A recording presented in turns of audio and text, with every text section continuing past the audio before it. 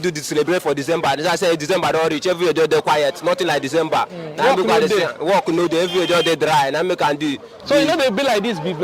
No, you know they be like this before. You know they be like so this. Now since Tinubu don't enter now. Now Tinubu don't enter now. Every year they dry. Just be like say even bag of fries now. Everybody know if you afford how one carry do December. Even to travel go my village this year, how one carry do. We be say every year they dry. Nothing to help the youth so that the youth go forward. What do you want for the president now? Making do? What I need for the president now do now to create the job opportunity and make where naira come down and make everything come down so that naira or which one? Make naira come down. Dollar so that it go come down. Since been there normal before so that our youth we did as this Xmas go there so that we go travel go our village go celebrate Xmas this year. Everybody go jolly.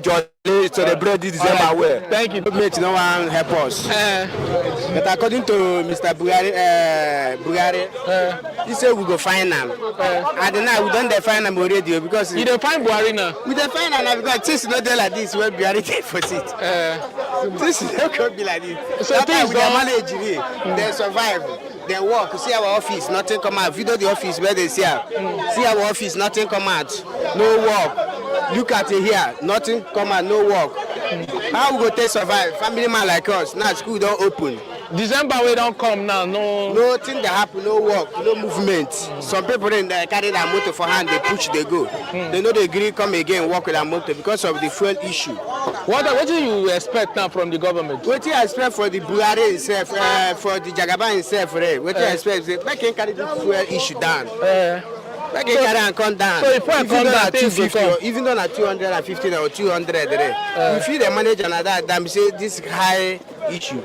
Nothing that happen again. Look at how Anyama did. Look at the whole Anyama. Where we say I'm the chairman for this street. I'm the chairman for this street day and night. Now nothing that happen for the work again.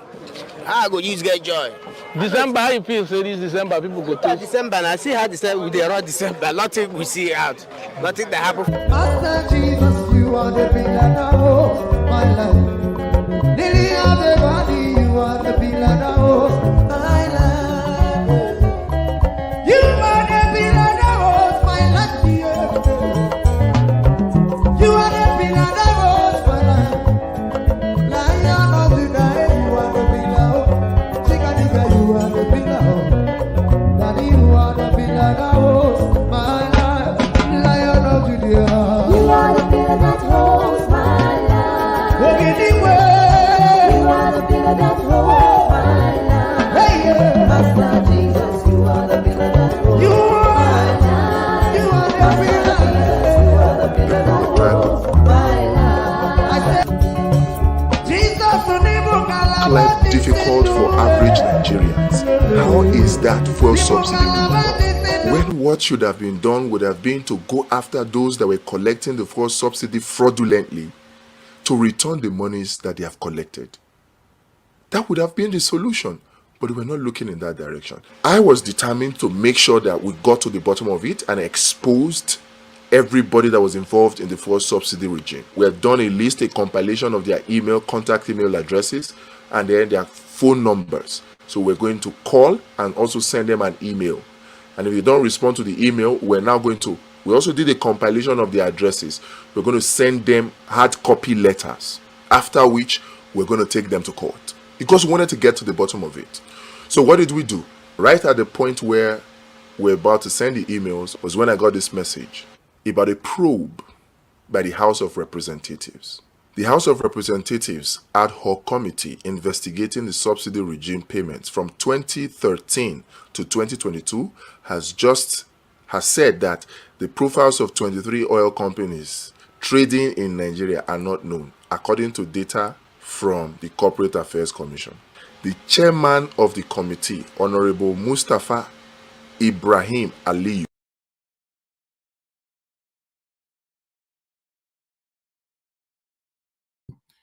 All right, my people, I'd like to quickly come in here because I want you guys to get this right. You know, the House of Representatives ad hoc committee investigating subsidy regime. You know, this subsidy of a thing have been suffocating Nigeria for so many decades. But unfortunately, they found out that 23 oil companies in Nigeria are not known. The name are there, but it's not existing. It's just like how do I put it on? It's just like many workers, governments of workers that is what maybe they're receiving salary, but people are not actually working. I don't know how to explain it. You know, so 23 oil companies trading in Nigeria are not known, according to the data obtained from the Corporate Affairs Commission. Let's listen further. For you guys to know that it's long these guys have been playing games on Nigerians. Let's listen. To 2022 has said that the profiles of 23 oil companies trading in Nigeria are not known, according to Thank you, my brother. Ghost workers. That's the word I was looking for. Ghost workers. Yes. Thank you. data from the Corporate Affairs Commission. The chairman of the committee, Honorable Mustafa Ibrahim Aliyu, at the resumed hearing of the committee with a couple of oil companies in attendance to explain their role in the deal with the Nigeria National Petroleum Company, NNPC Limited, said that they have serious questions to answer. Aliyu, who read the list containing the names of the individual companies, explains that a communication from the Corporate Affairs Commission, CAC, on the request of the committee came back without any information on the affected companies. At the bottom of that document was a statement that was shocking to me and annoying to me. So when I said that there was no fuel subsidy and all the evidences came out to corroborate that fact, that there was no fuel subsidy in the first place and that there was no need to increase any pump price of petrol, because even with the old price of 185, 195 naira per liter, NNPC was already making a profit of over 100 naira per liter.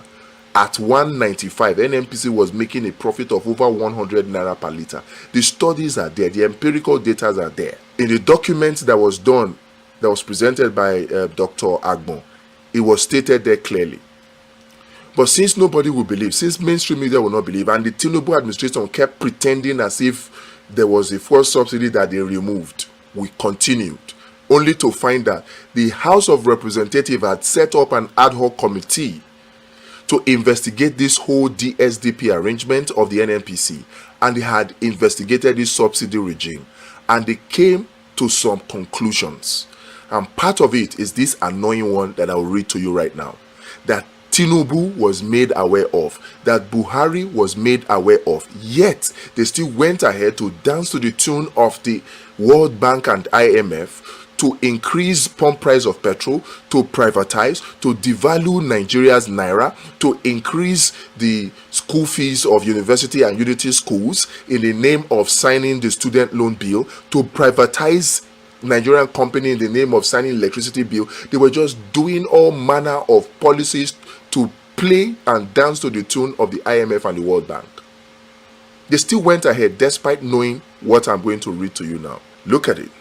Earlier, the committee quizzed representatives of Sahara Energy Resources Limited, Oando PLC, Hyde, and AA Rano, where they took turns to explain contract deals with the NNPC, saying they only lifted crude oil in the direct sale, direct purchase scheme and were not part of the subsidy payment.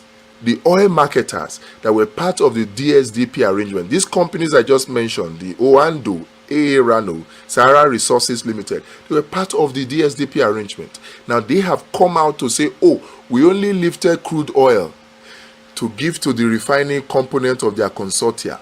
And then this consortia brought back refined petrol to give to NNPC, which NNPC now sold to them, that they were not part of any fuel subsidy payment. So what we were even going to send out emails for them to confirm to Nigeria, they have already confirmed to the House of Representatives ad hoc committee that they were not part of any subsidy payment. So the House of Representatives already knew. The chairman of that House of Representatives, Honorable Mustafa Ibrahim Aliyu from Sokoto State, is still a member of the 10th National Assembly. He's still there. The whole National Assembly, they were aware that there was no fuel subsidy payment made. They were. Oando PLC is headed by Wale Tinubu, Tinubu's nephew. Definitely, Tinubu is aware. From what the former governor of Bauchi said, Buhari is aware. So Buhari is aware, Tinubu is aware, and they still chose to increase the pump price of petrol in the name of fuel subsidy removal that did not exist. How wicked can a person be? How wicked can a government be? How wicked? Tinubu knew that there was no fuel subsidy made. Tinubu knew. APC knew. In fact, PDP knew. The members of these 10th NAS, they knew. They were the ones that conducted the ad hoc committee Senate hearing to approve fuel subsidy regime. They were the ones that conducted it and came up with this conclusion, where they were told categorically by Sahara Energy Resources, Oando PLC, AA Rano, that they were only involved in lifting crude oil in the direct sale, direct purchase scheme, that they were not part of the fuel subsidy payment. These are the same major marketers whom NNPC claimed that they paid subsidy payments to. These same oil marketers have come to say that they did not receive fuel subsidy. They have come out to exonerate themselves. So if the marketers that are responsible for this DSDP arrangement say they did not receive fuel subsidy, who then did NNPC pay fuel subsidy to? Who then did the federal government pay those 4.2 trillion in 2022, the 3 trillion in 6 months of 2023, the 3 trillion of 2021, and the 1 trillion of 2020? Who did they pay those monies to? And rather than go after the people who fraudulently collected those money, the Tinubu administration. I guess you guys are hearing the trillions that these guys, satanic group of people this government have been paying since God knows when. You know, according to this reporter right now, that PDP is even aware. PDP is aware of this. Tinubu and APC, they are aware of this. So this subsidy of a thing have been scam. It has been a scam since God knows when. This is where we find ourselves. And the funny part of it is that some Nigerians are still saying, no, let's give them time. They will do well. They'll do well. Let's continue. I'm talking from United Kingdom. Thought it best to punish Nigerians by increasing the price of petrol just to please the IMF and the World Bank, making Nigerians go through untold hardship, unnecessary hardship.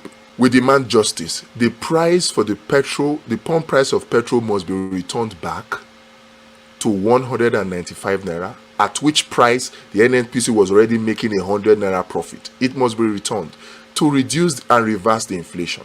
If the Tinubu administration had at 195 naira per liter, NNPC were already making 100 naira per profit. That means if they wanted to help Nigerians, because apart from NNPC making 100 naira, there are other bodies that you and I don't know that still have 1 or 2% from the remaining 95 naira, right? You see, we're in trouble. Normally,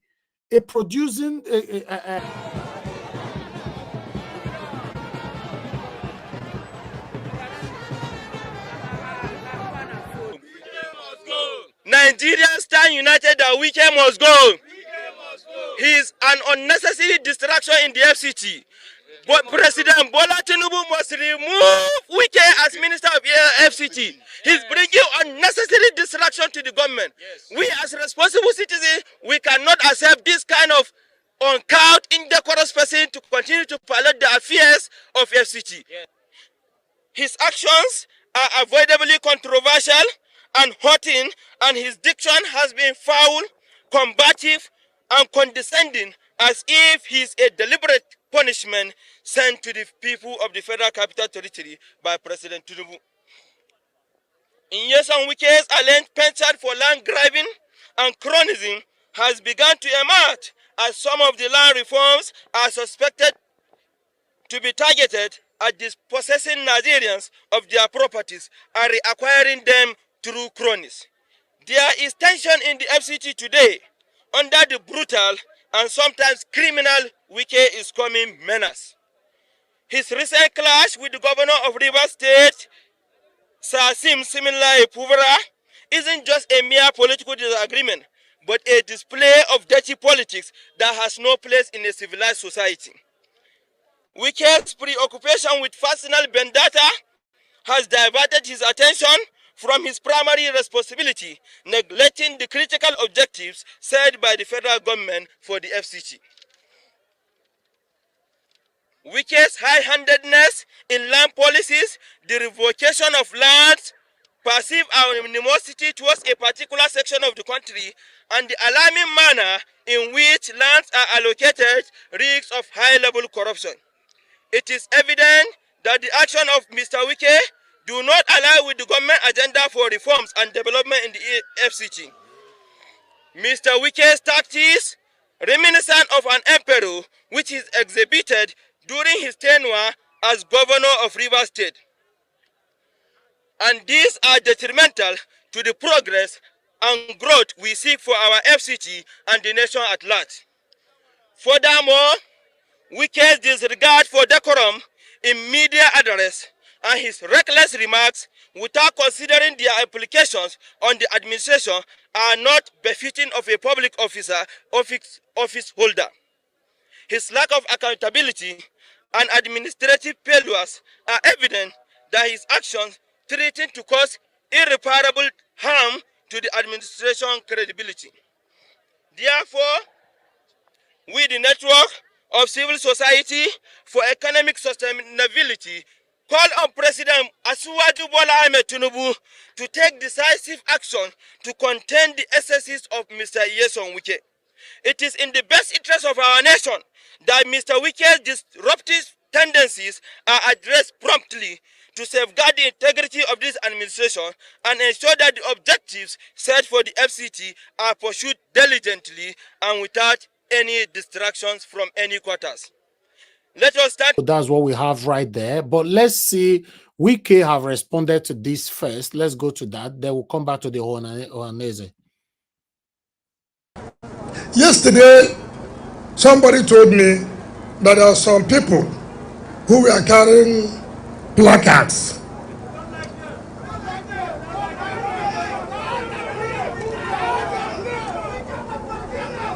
Because, frankly speaking, I don't have time to even see that. I was busy. I don't want to be distracted. I want to be focused and deliver on the mandate Mr. President has given to us. But one thing you must also understand, that this is democracy. So many people are entitled to their opinions. But what is important is your opinion must be in line of what is good for the people of the FCT. We can't continue to do the same thing, the same way, and expect to achieve different results.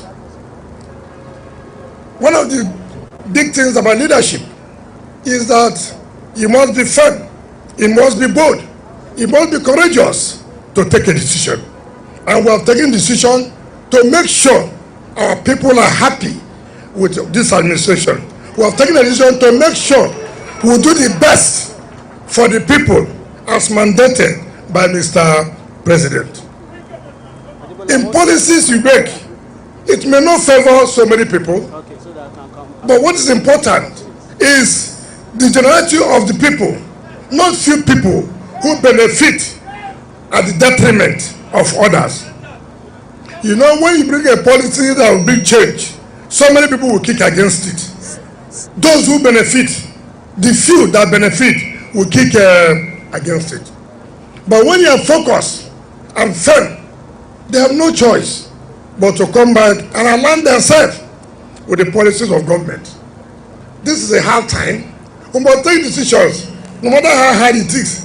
But what's important is at the end of the day, the people should benefit from it.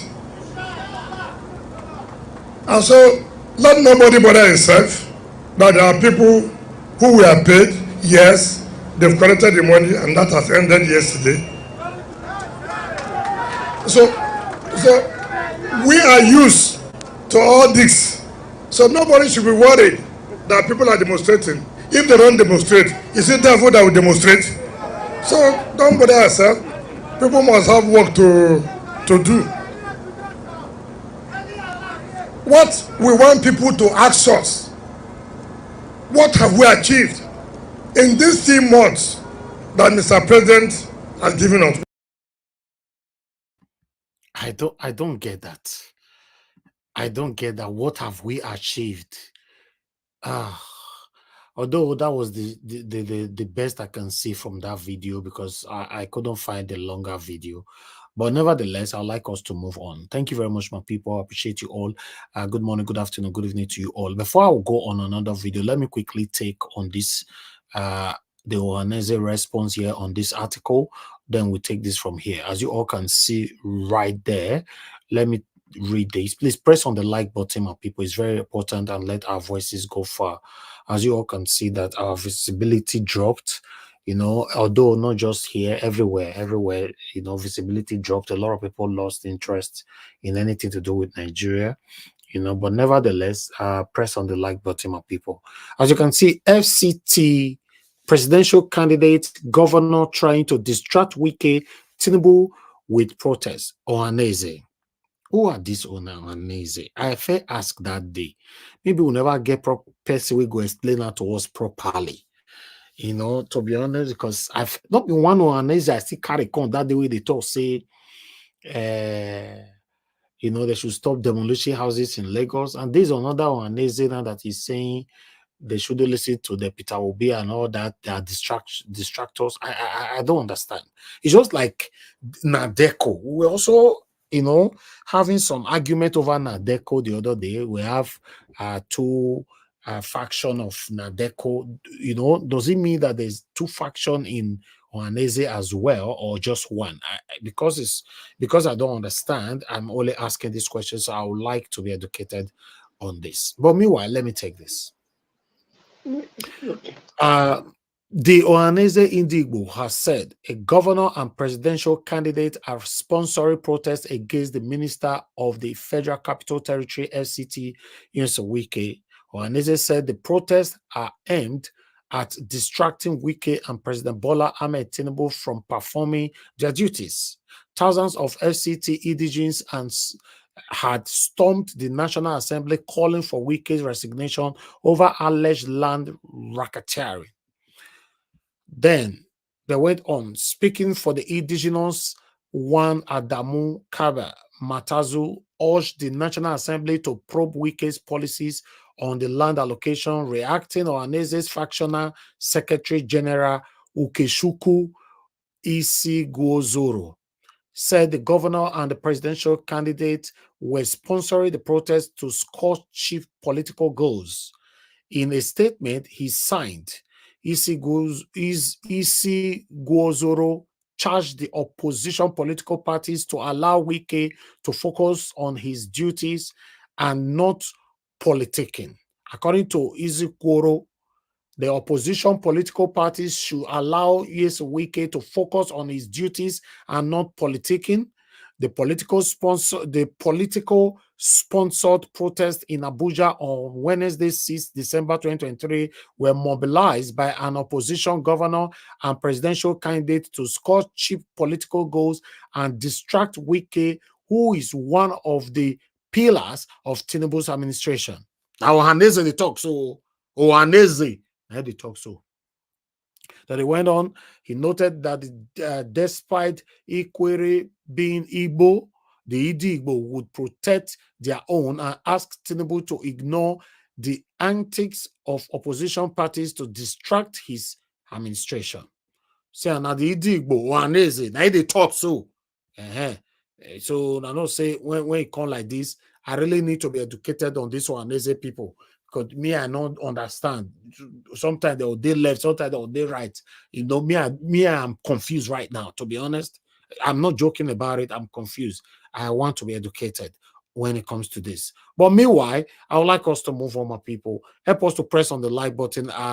Let's take one more video here so that we can move on. Let's quickly listen to what Oji Okbe have to say here. quickly, I'm going to forward the beginning though.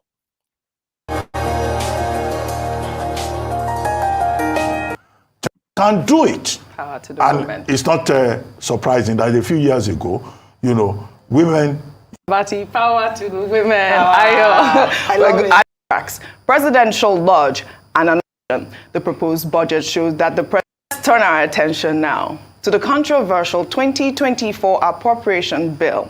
On Wednesday, social media was awash with reactions following reports alleging that 10 billion naira had been earmarked for the renovation of the residence of Femi Gbajabiamila, the chief of staff to the president. President Tinubu on November 29th presented the 2024 budget proposal of 27.5 trillion naira to the National Assembly for consideration. The proposed budget shows that the presidency, through the office of the chief of staff, is expected to spend 5 billion naira for the renovation of Dodan Barracks, Presidential Lodge, and another 5 billion naira for the renovation of the vice president's quarters in Lagos. Well, Gbajabiamila, in a post on X, clarified the position, stating that he lives in his private residence, contrary to claims that there is a provision for the renovation of his house in the budget. Well, let's take his tweet now. He wrote, I have seen social media commentary regarding the 2024 appropriation bill,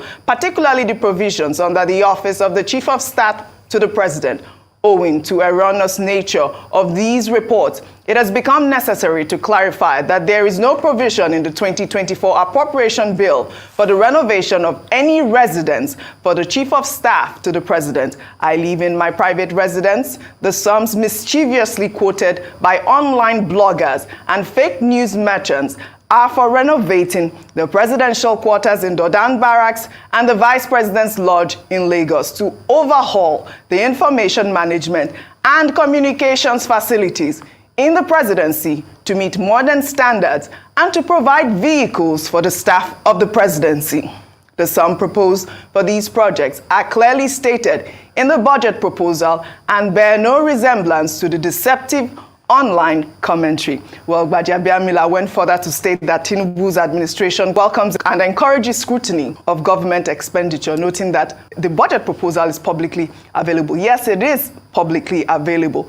In the meantime, the proposed 2024 budget revealed staggering allocations of 61.29 trillion for renovation and construction of buildings, while an additional 6.82 billion naira was earmarked for vehicle purchases. I mean, this budget has gone viral. We have seen it. I did send the budget to you. Let's just pull up some more breakdowns that got a lot of people talking.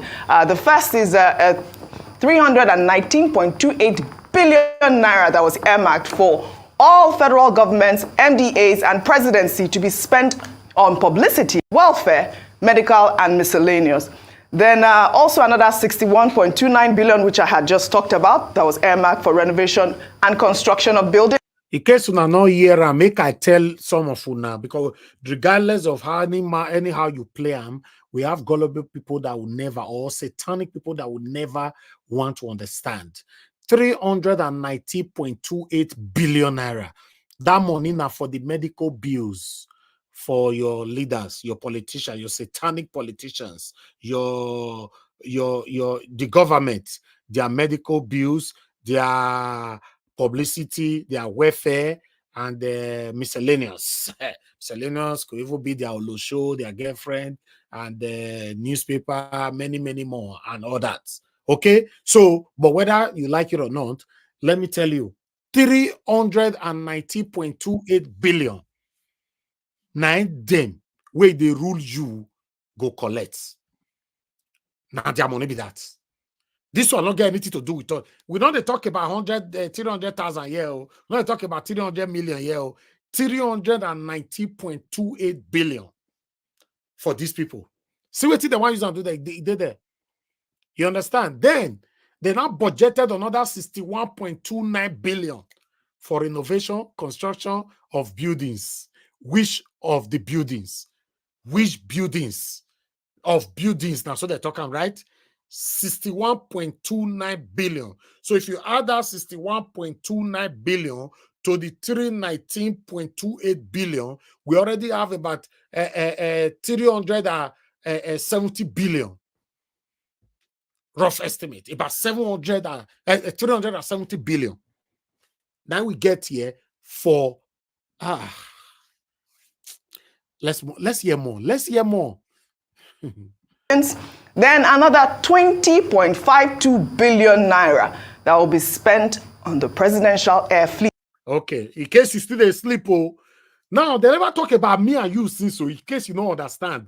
That 370 billion where we talk just now, it never concerns you and I will be citizens. Now let's add, 20.52 billion. Join that one. This one a presidential air fleets. You never still concern me and you, or may you get that for mind. So 20 billion plus that estimate 370, we already have about 390 to 400 billion rough estimate, right? Round up estimate. 400 billion. Now we are still on the government. So let's move on. Let's see another one. 7.5 billion was a month for foreign trips for the president and vice president. How they talk just now. Now mostly add this one. The 7.5 billion plus our capped estimate just now 400 billion. We already have 407.5 billion. Right? More continue. More una way they say you talk too much, you talk too much, you hate Tinubu, you hate Buhari, you hate Obaseki, you hate because I am demonstrating my constitutional rights. You say I hate somebody. We never stay there inside this money when they talk. So half a trillion, how would they go? So me and you never stay there inside. More see when we go come out for inside. This got a lot of people talking. Then another 7.5 billion naira, which was earmarked for foreign trips for the president and the vice president, 7.5 billion. Then another 6.2 billion will be spent on state house operational. Okay, another 6.2 billion. For other 6.2 billion to the 7 point something just now, we already have about 413 point something billion, which is still in the circle of this satanic group of people. Now, let's listen to the 5.84 billion. Vehicles, then another 5.84 billion naira will be spent on meals for all the MDAs.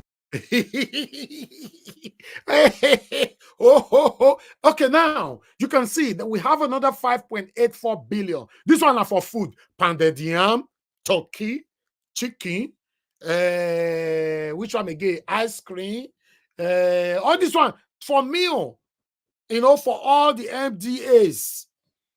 You see, now if you not add this one to eat, then we already have over 422 billion or 423 billion. Now, still the government, not you and I.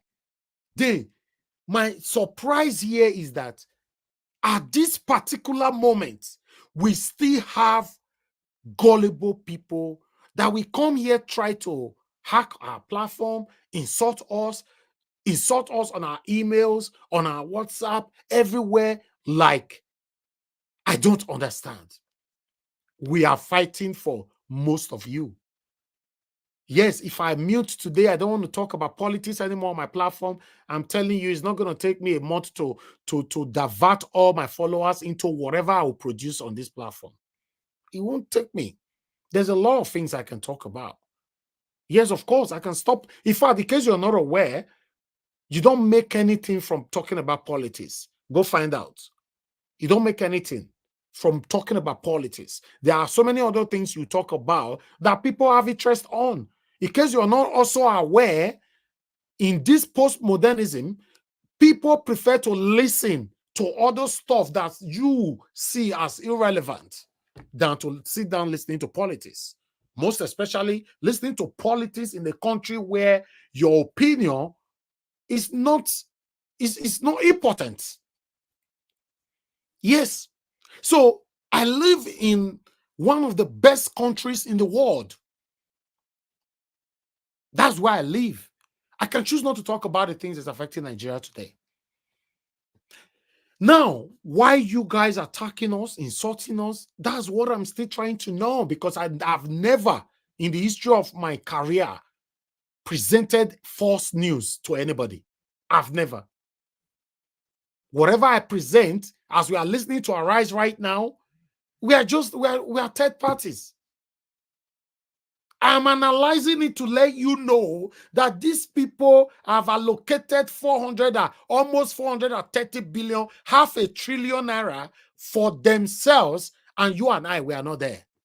Let's listen further. I know this one will catch Dr. Abati's attention, the 5.5 billion naira on meals. But I mean, I think a lot of people are you know, they are in their right to, you know, complain about these budgets, which are basically just expenditure. They are not really for, you know, capital or for anything that, you know, would encourage Nigerians to say, okay, this budget is okay. Even though a lot of people say it's a very small budget compared to our population, but it is a lot. Dr. Abati, I'd like for you to comment on Gbajabiamila first of all, before we talk about others. First thing, you know, I worked in that villa. Yes. The chief of staff to the president does not have an official residence. There's no such thing. Yes, that's what he So clarified. if he says that he lives in his private residence, it is true. The second point to be made is that if you look at some of those subheads, as he himself has pointed out in his statement, they are not subheads for people. To answer the question here, is the budget office. There is an office called the budget office. There is a ministry of budget. To be honest, I will stop it right there. You guys can go listen to about it later on. I don't just want to add more pains to what we all are already facing in Nigeria. Sometimes people ask us not to apply emotions to it when we are talking about what is going on in Nigeria. Yes, I'm training myself for that. It's not easy, you know, to talk about this kind of things and then you just be smiling. You know, I don't understand, to be honest. You know, that means I need some time to train myself to become somebody else. You know, yes, don't worry, guys. What you guys are training me for, you will start seeing it. Because for me, I don't know how you can discuss this kind of things, you know, without not applying emotions to it. Where government allocate almost $500 billion to themselves, and you and I were not part of it. The country, we all are impoverished. We are suffering. The suffering is the high rate of suffering. The poverty in Nigeria is just too high. Till now, it's baffling. It's really, really baffling. But meanwhile, let me take on this article quickly, then we can move on from here. Please press on the like button. Mr. Ellis, sorry. Yes, ma'am. Mr. Ellis, that was what I was trying to say yesterday, that they have been hardened in heart. All of them. Their heart have become like stone. That's what you see displaying every day. Because it's unbelievable. It's Mr. unbelievable. Ellis, Yes, sir. this is not the original budget. Oh, you know, he did not put that thing in that box. That box was empty. They are going to do another budget, padded one, that they are going to continue with, because he did not put those budgets in that box that will go around the Senate President, the Speaker, and other leadership in NAND. He did not put it inside the box. So what we are seeing now is just a makeshift. There's going to be another budget, which is different from the one he presented, because they don't have a copy. The only copy they have is just one copy to the Senate President. That's all. So there's going to be another thing else that you don't know. This is another dimension of Agbadoism. We should get ready for it. Okay. Thank you. Thank you very much, sir. Thank you for that. For me, this is really surprising. I can't believe this. So people can be this heartless when people are suffering. The Senate President is planning his birthday for next tomorrow on the 9th of December. You know, people dying, people are suffering. All this is happening. I don't know how I can explain this. To be honest, it's not easy to explain this. Somebody is calling in already. Okay, let me pick this call quickly, I still have a presentation. We have not started, but I just want to quickly pick this code so that we can take it from here. Guys, help us to press on the like button. That like button is very, very important. Thank you very much, my people. All right. Hello. Yeah, good evening to you. Where are you calling us from? Yeah. Good evening, Mr. Najawash. I'm calling you from Istanbul. This is Johnson. Okay, Mr. Johnson, go ahead. Talk to us. Hello? Sir. Go ahead, sir. Yeah, I saw the is that what? Go ahead. Hello? Mr. Johnson, we are here. We are listening. Yeah, I said to me personally, how we Labour Party and put our bid to join. Okay, your network is bad. Mr. Johnson, your network is bad. You will call back again. Your network is bad. Your network is bad. He's not even hearing me anyway, you know. So, but nevertheless, we'll give him the opportunity to call back again later on when I finish this presentation. Mr. Johnson, if you are listening to us, please call back again later, not right now, so that I can finish my presentation. Then everybody have the opportunity to give their submission on this, you know. But meanwhile, let's quickly go to the merger between the NNPP, PDP, and other political parties. This happened today. PDP, NNPP, 5 others form coalition. You know, remember the call on Labour Party the other time? Many of us, we kicked against it. So Labour Party is not part of it right now. But let me quickly take this. A group of 7 opposition political parties on Wednesday formed a new coalition in a bid to strengthen democracy in the country. The movement, tagged the coalition of concerned political parties, was formed in Abuja at a meeting attended by leaders of political parties at the National Secretariat of the Social Democratic Party. The coalition comprised the People Democratic Party, African Democratic Congress Social Democratic Party, People Allied Movement, New Nigeria People Party, Young Progressive Party, and Zenith Labour Party. The Punch report that the PDP presidential candidate Atiku Abubakar, while hosting a delegation of the Inter-Party Advisory Council in November, expressed fears of the country falling into a one-party state, urging the opposition to see the need for unity. Okay, the coalition was while expressing worry about the level of instability the country is going through, urged the judicial system to save Nigeria democracy and rid itself of political and executive interference. Speaking on the essence of the coalition, the national chairman of the SDP, Shehu Gabam, said, unquote, "We looked into the issue of the judiciary. The judiciary is the last hope of the common man, if it still stands. We are worried about the level of instability and the country is going through. If you look at the recent development in Zamfara, Nasarawa, Kano, and Plateau State, it is very clear that the judiciary must exercise extreme caution with some of its decisions." Okay, even the coalition, you guys are already segregating yourself. You look at you are talking about the state where things are happening, either whether you are talking about the political witch hunting or talking about the debt or poverty or whatever you're talking about. But the state that you mentioned is Zamfara, Nasarawa, Kano, and Plateau states. So what happened to other states like from the south, southeast, and southwest? None of them is here. But meanwhile, let's move on. What do I know? So I wanted to present that one to you guys quickly. Well, then I have another last one here so that we can move on. Press on the like button, my people, and let's do this quickly. Now, God bless you, my people. So the last article that we have and the last presentation that we have for you guys today, you know, we have another one here, as you can see on the screen. The criminal using fake presidential number plate to deliver smuggled vehicle custom. Okay, I don't get this, but let's take it. Let's take it together quickly. Bear with me, guys.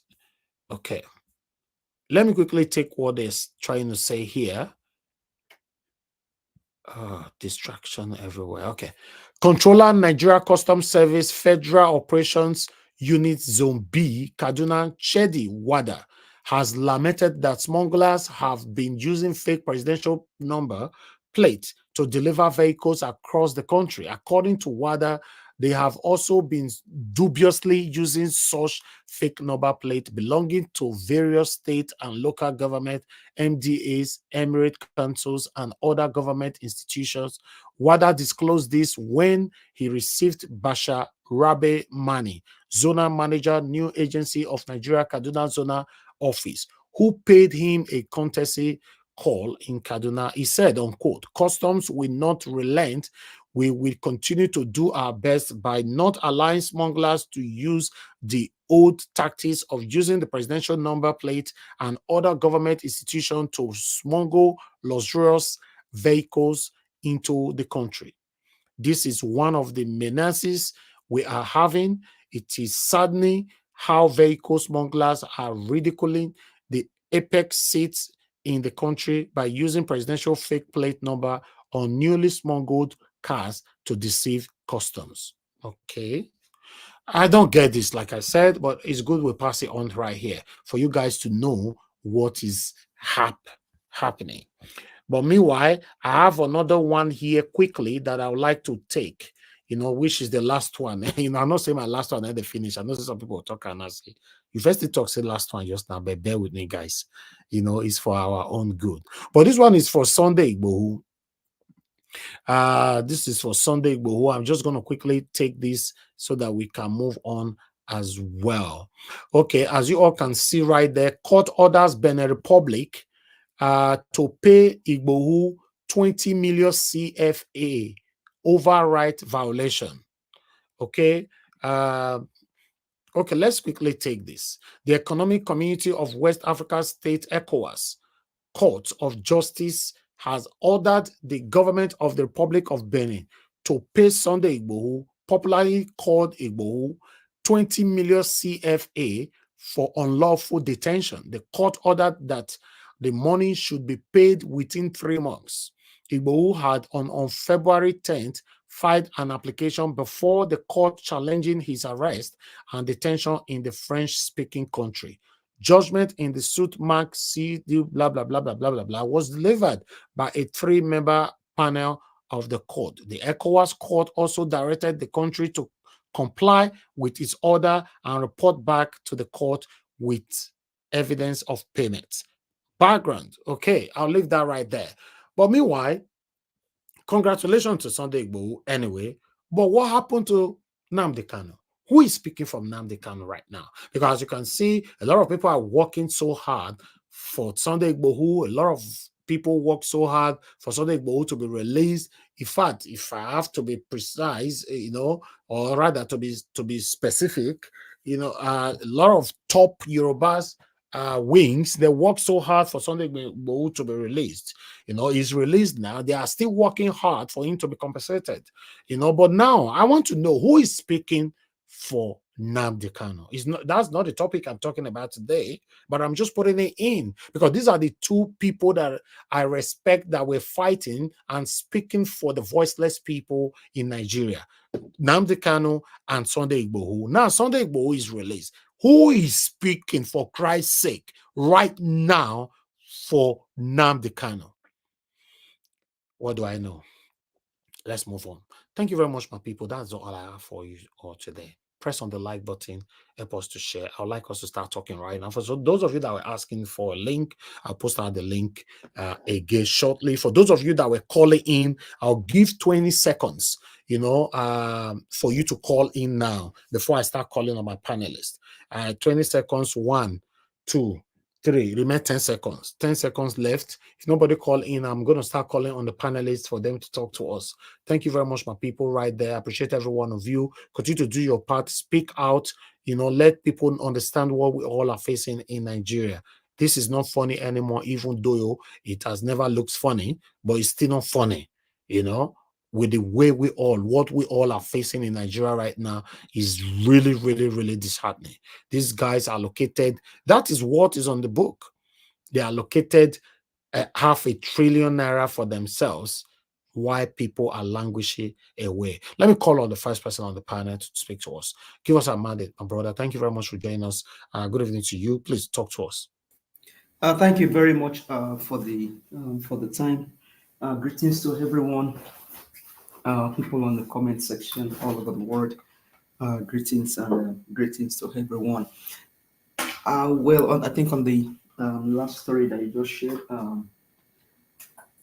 one thing that Nigerians must realize is the fact that Sunday Igboho's release is a kind of was basically done, in my own view. I think you may want to look at it from various angles, from various points. But one thing that is so shocking is the fact that before this guy was arrested, right, he was fighting for the people. Now, all of a sudden, now they released him in court, because that release also is questioned. The day he was released, I think he was reading out some names and whoever did this, talk to this for him to be released and all of that. Now, if you're truly fighting for the people and then the emancipation of the people and all of that, now you have been released. I think the fight should continue, right? But the guy is in Germany. Now, that just tells the fact that these guys, they know what they are doing. Both the politicians and whoever think is doing whatever they are trying to do, all of that, they know what they are doing. All of this is just a way to probably play their politics and then do their nonsense. And, life goes on. He is already in Germany, enjoying his own life. And give us a mandate. If I have to come in, yeah, I think I would disagree with you. You know why? These guys spent some time in prison and they were released with conditions. And the same way you're seeing that Sunday Igboho is silenced today, there's every probability that Nnamdi Kanu will do the same if he decides to come out with that same condition. And what is that condition? If I may say, I believe the condition goes like this. If you come out, we don't want to hear anything from you no more. We don't want to see you affiliate or engage on any kind of thing that you used to do anymore. Do you agree? You said yes. And if you disobey this order, you will be rearrested again. So maybe Sunday Igboho have complied to this because he wants his freedom, right? Then you don't also know, Nnamdi Kanu tomorrow, they might bring this kind of proposal to him. He might also want to sign. I don't know. I'm just saying, you're right? So I think you should focus on the government rather than blaming Sunday Igboho. No, see, it's not about focus on the government. One thing is what you said is not far-fetched, and only if you had allowed me to probably make my thought. But I mean, where I'm driving at is, it is better to start something than to start and then coward in. It is better not to start a race than to start a race and then not finish it. No, what are you talking about? How do you want it to finish a race? Somebody this is my opinion, right? I know, but how? Tell us. We know. We're not talking about opinion. How do you want somebody that their freedom will be taken away from them to finish a race? How? When you say freedom taken away from them, how do you mean freedom taken away from them? Sunday Igboho, I just told you now. What about if he was released? Did you see it? Did he make anything public to you? That he signed anything? No, I'm saying, what about if he was released on these conditions? Okay, so what you are saying is an assumption. There is no concrete evidence. What you are saying as well is assumption. We all are on assumption right now. We are assuming. No, we are not assuming. My own is a straight statement. Now, Nelson Mandela fought against apartheid, regardless of how many times he was arrested. Martin Luther King Jr. did all he did for the emancipation of the black people. So it is better for you to start a move, not to start something and to start something and then all of a sudden coward, probably just chicken in. That's my opinion. Anyway, That's that's fine. that's my own thought pattern. Because one thing is, before now, I mean, it was loud everywhere that this guy is fighting for, is he Yoruba nation, or what was he fighting for then? Fighting against the fighting against the S-men and all of that in the southwest region. I think even today we now even have more S-men in that region than we used to have before now. So, but I mean, that's Nelson Mandela, the likes of Martin Luther King, they fought against injustice to humanity, regardless of Gani Fahimi did all he did just to see that people are being liberated. So whether Nnamdi Kanu released tomorrow and then that same condition being given to him, I mean, regardless, it's just, for me, it's better not to start something than to start and then all of a sudden you don't even finish it and then you just let go and all of that, because people so much dependent on you. Guys, people were quiet in Sunday's Igboho's house. People were quiet because of him. They lost their life because of this man. Those people, their family didn't even get compensation. Mr. Ivis, can I interject, please? So, but I'll just leave that there. Who wants to interject? Who is speaking? It's Exero. I just wanted to interject, just to make one point. Exero, yes, of course. Please, we have noise from you, sir. I'm at work. Just a minute, just one second, please. I just wanted to tell the man speaking that why what he's saying makes sense. But when Nnamdi Kanu was free, not a lot of people in the mainstream wanted to associate with him because they always say he's a non-state actor. A lot of criticism came from outside. Why is it that now that the guy is in prison, a lot of people are now seeing that what they were doing was part of the revolution that we are now envisaging? Because whether we like it or not, it was the factors in and around the country that prompted such people to come out and start saying there should be a dissolution of this union other than having Nigeria the way it is. But it seems like a lot of people are now seeing from Nnamdi Kanu and Igboho's perspective. But before now, a lot of people were like, these people should just be detained. And I'm just wondering why this sudden change of perception from a lot of Nigerians. He's not the only person that I'm hearing that is speaking like this. That's why I'm just reacting.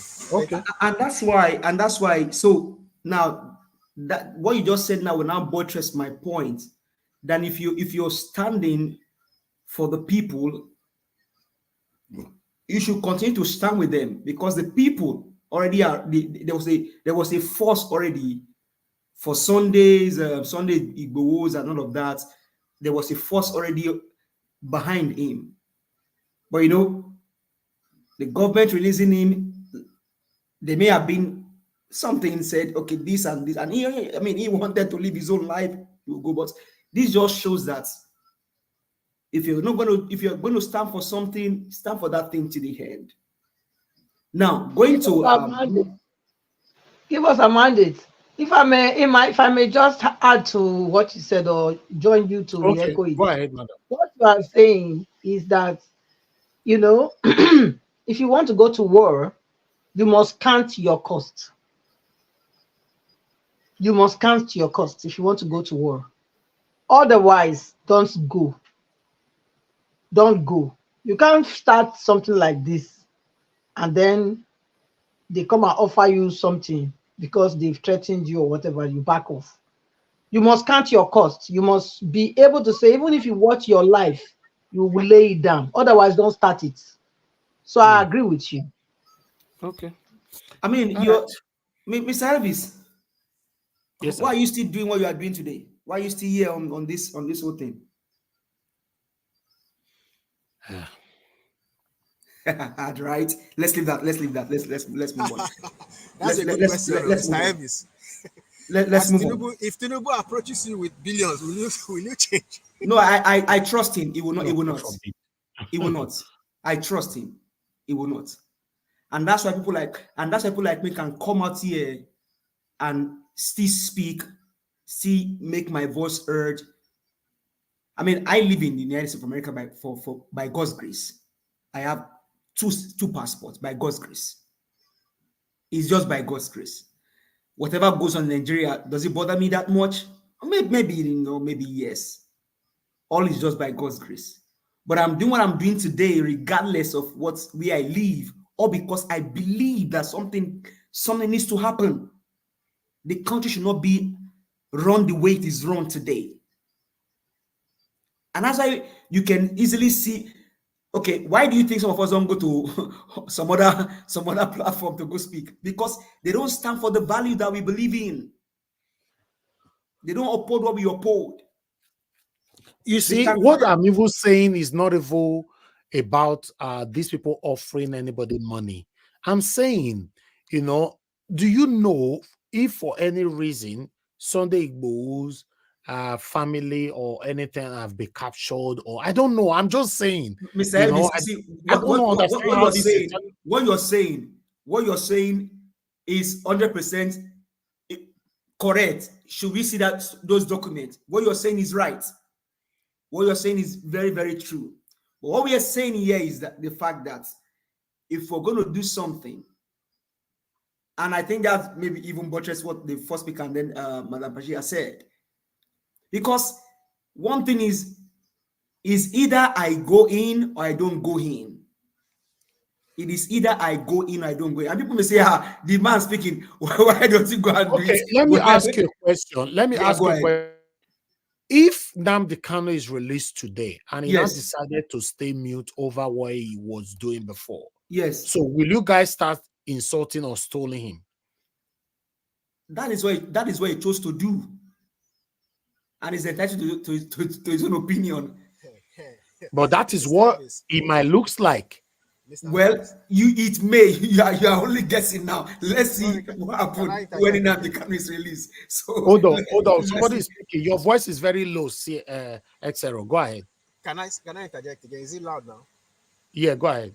Okay, so how do you imagine somebody leaving that place where Nnamdi Kanu is, or where Igboho was before, and coming out without signing some kind of deal? Do you also remember that the first time Nnamdi Kanu was released, he was told never to be in a gathering of more than 10 people, and he defied that order, and that is why he was held. And do you know that the Nigerian courts have released him on bail several times, and the Nigerian state refused to let him go? And the man has been in prison, has not tasted daylight for a long time. Do you know what it does to you when you stay in a secluded area, not by your choice, but by force, for only a day? And you stay in that kind of, and only God knows how many times they put him in lockup that's away from human beings at all. There's a deeper part of that dungeon where only you'll be talking to yourself. They can leave you there for months. When you come out of that kind of place and your sanity is still the same, you will manage the remainder of your life the way it is. Mandela was in prison, but he was able to come out and see sunlight. But the kind of prison that they say the DSS use is underground. And inside that underground, there's another underground where only you and your ghost will be. Tell me how they will release somebody from there and you expect the person to start fighting for people that didn't come out to protest. That's what I'm saying. It looks like you are supporting what I'm saying, because me, I don't understand the game. Before, your submission was supporting give us a mandate, but now you are supporting me. Because no, I was trying to say what give us a mandate is saying. He should consider the other side. That this man, a lot of people didn't support him before. This is exactly my stand. Nnamdi Kanu to come out today to start all over again for the some lazy Nigerians that they are very good at speaking online. They did not do nothing about him. For how many years they didn't even Nigerians. It was at some point it was just like the Igbos, only the Igbos. were the ones discussing this. And you know, sometimes when a person is protesting, they will ask which tribe is he from. If they say it's Igbo, they say, you don't mind them, they are like that. So My it was brother, me, becoming I've been more fighting for Nnamdi problem. Kanu since You see? 2019 on my platform here. You see? You You know, see, so so when people want to genuinely come out and protest, and they say who are they say they are Igbo, they say, I don't mind them, don't take them serious. That is why. Well, what was the rest of Nigeria saying? They were criticizing this guy. They say this guy has polarized Nigeria. No, these people, when there is problem in Nigeria, the people that feel it first are the Igbos because they are the traders. Once there's small problem that will force people to feel it. Once Igbo people start complaining about a place, no, there's a real problem there. Now the breakfast don't serve everybody. Everybody's now complaining. Now I'm hearing rhetorics like from people from other, sorry to say, ethnic groups now saying that this guy is right. So why? What has changed? And why didn't people come out and protest his release? Okay. Thank you. I think did you pause my time, Mr. Elvis? yeah, I paused your time. Yes. Okay, so I mean, okay, so now let's go. Hold on. Shooks, what you are writing is rubbish. I'm not sure how long you have been following us on this platform, so stop writing rubbish there. You said 95% of the people on this platform wanted Nnamdi Kanu cage. Where did you get that figure from? You know, so stop writing rubbish and stop misleading people here. You need to prove how long you have been following us on this platform, and if you can prove how many videos we've broadcast here just for Nnamdi Kanu for the past 4 or 5 years, then I'll know you've been following us for a while. So stop commenting rubbish. That's your last warning right there. Because I don't want anybody to come here with hatred. You know, I understand I cannot always speak for all my panelists, but I know more than 60% of everybody that have been on this platform always advocate for Nnamdi Kanu. What do you mean? Where do you get that figure from? Then, Shooks, you are blocked. Get out. You don't need you here. Don't come again. Just be watching us. Don't ever come here again. Get out. We don't need you here. Do you love Nnamdi Kanu more? If you love Nnamdi Kanu, you're supposed to be on the street already with placard. Some of you people are the satanic people that is pretentiously putting on mask that you are for Nnamdi Kanu, whereas you are behind your keyboard. Prove what you have done for Nnamdi Kanu since they have caged him. Even when he was previously arrested. Tell the Nigerians what you have done for him. Satanic pretender. These are the satanic people that will pretend I be Igbo man. Whereas maybe you are one of the satanic people that doesn't even want Nnamdi Kanu to be there. That doesn't even want Nnamdi Kanu to be out, I mean. What are you talking about? He's blocked already, Larry Depot. He's already blocked. He's never coming back here again. You continue to watch us. You can never comment again your entire life. Satanic human being. Go ahead, my brother. Well, I mean, Miss Elvis, you know, one thing is these people just leave them to be who no, they my are. brother, you can't leave there because what SRO just said now is the truth. No, I mean, I understand you. I'm not saying don't block him. I'm not saying don't block him. I'm not saying don't block him. I mean, no, listen. If Nnamdi Kanu is released today, the first thing I believe that will run through the mind of that man is that who were actually there for me. Between you and I, if we don't lie to ourselves, tell me how many Nigerians that are really there for Nnamdi Kanu. Tell me how many. If not, be pretend. And that's why we say that the one in Finland, if it really cares about Nnamdi Kanu, he should come to Nigeria and protest. Man, you know, this guy. He's somehow now. People are pretending. They make me talk and just now say, Mr. Elvis. Yes, that thing that Gibos Amande said now, that was what they said to Nnamdi Kanu, that if he cared about Nigeria, he should come to Nigeria and protest. And he went to ordinary Kenya and they grabbed him. You see, there's nowhere that you can do it from that is safe. And since that time where they go bundle Nnamdi Kanu from Kenya, I beg anybody, don't ever get anyone protest for road. Yeah. Say Nnamdi Kanu must be released. But we know how many protests where the crowd where we see for street that day where they say Mohbad die. Nigerians, they go push you as my mama they talk. He go say they go give you gun. say go war, but you not gonna say they remove bullet for the gun. I know Yoruba call him say Majolo Mwenye. Maybe that's what's on the Sunday Igboho consider. He say they say make the dance go front. I'm telling you, they will push you. Don't worry, we are with you. We are with you. These people, many of them are satanic. Like that satanic shooks just now. You know, he's part of them. He's behind keyboard. Now they power day. He has never done anything for Nnamdi Kanu to be released. Never. Me, myself, I can prove more than 14 videos when me don't do for this platform for Nnamdi Kanu to be released. Go ahead, my brother. Finish your submission. God bless so you. I mean, that being said, now on the issue of Wike, so Wike can do anything he wants to do in Abuja, because if you think about what happened during the election, Wike basically took the changed the will of the people for his own personal ambition. The people voted for Peter Gregory Obi, my own president, but Wike changed it just for his own political ambition to remain relevant in the political spectrum. Do you know that people were quiet because of Wike's action in Rivers State? Wike should be behind jail now, but Wike is working freely. For everything that Wike did in Rivers State, if it was a working country, Wike should be behind the bar now. But will he? Maybe not. And so whatever Wike does in Abuja, hey, Abuja people, you guys are in for a ride. Because think about it. And, you know, Wike also has his own ambition, right? Maybe after 8 years down the line, I don't know. But I don't know what's going to happen in the long run. Things are going under the ground. I don't know how it's going to end up. But should it happen the way Wike is thinking it, he's projecting that maybe should, in case this drug lord, certificate forger, criminal, I mean, they even trace the death of somebody to him now in Chicago. He's on the news. I think I put that on my X handle. He's on People's Gazette that somebody's death when Tinubu was in Chicago. I mean, ask Tinubu and in it and all that. You can go look for the news on People's Gazette. FBI released that story, so it's not allegedly.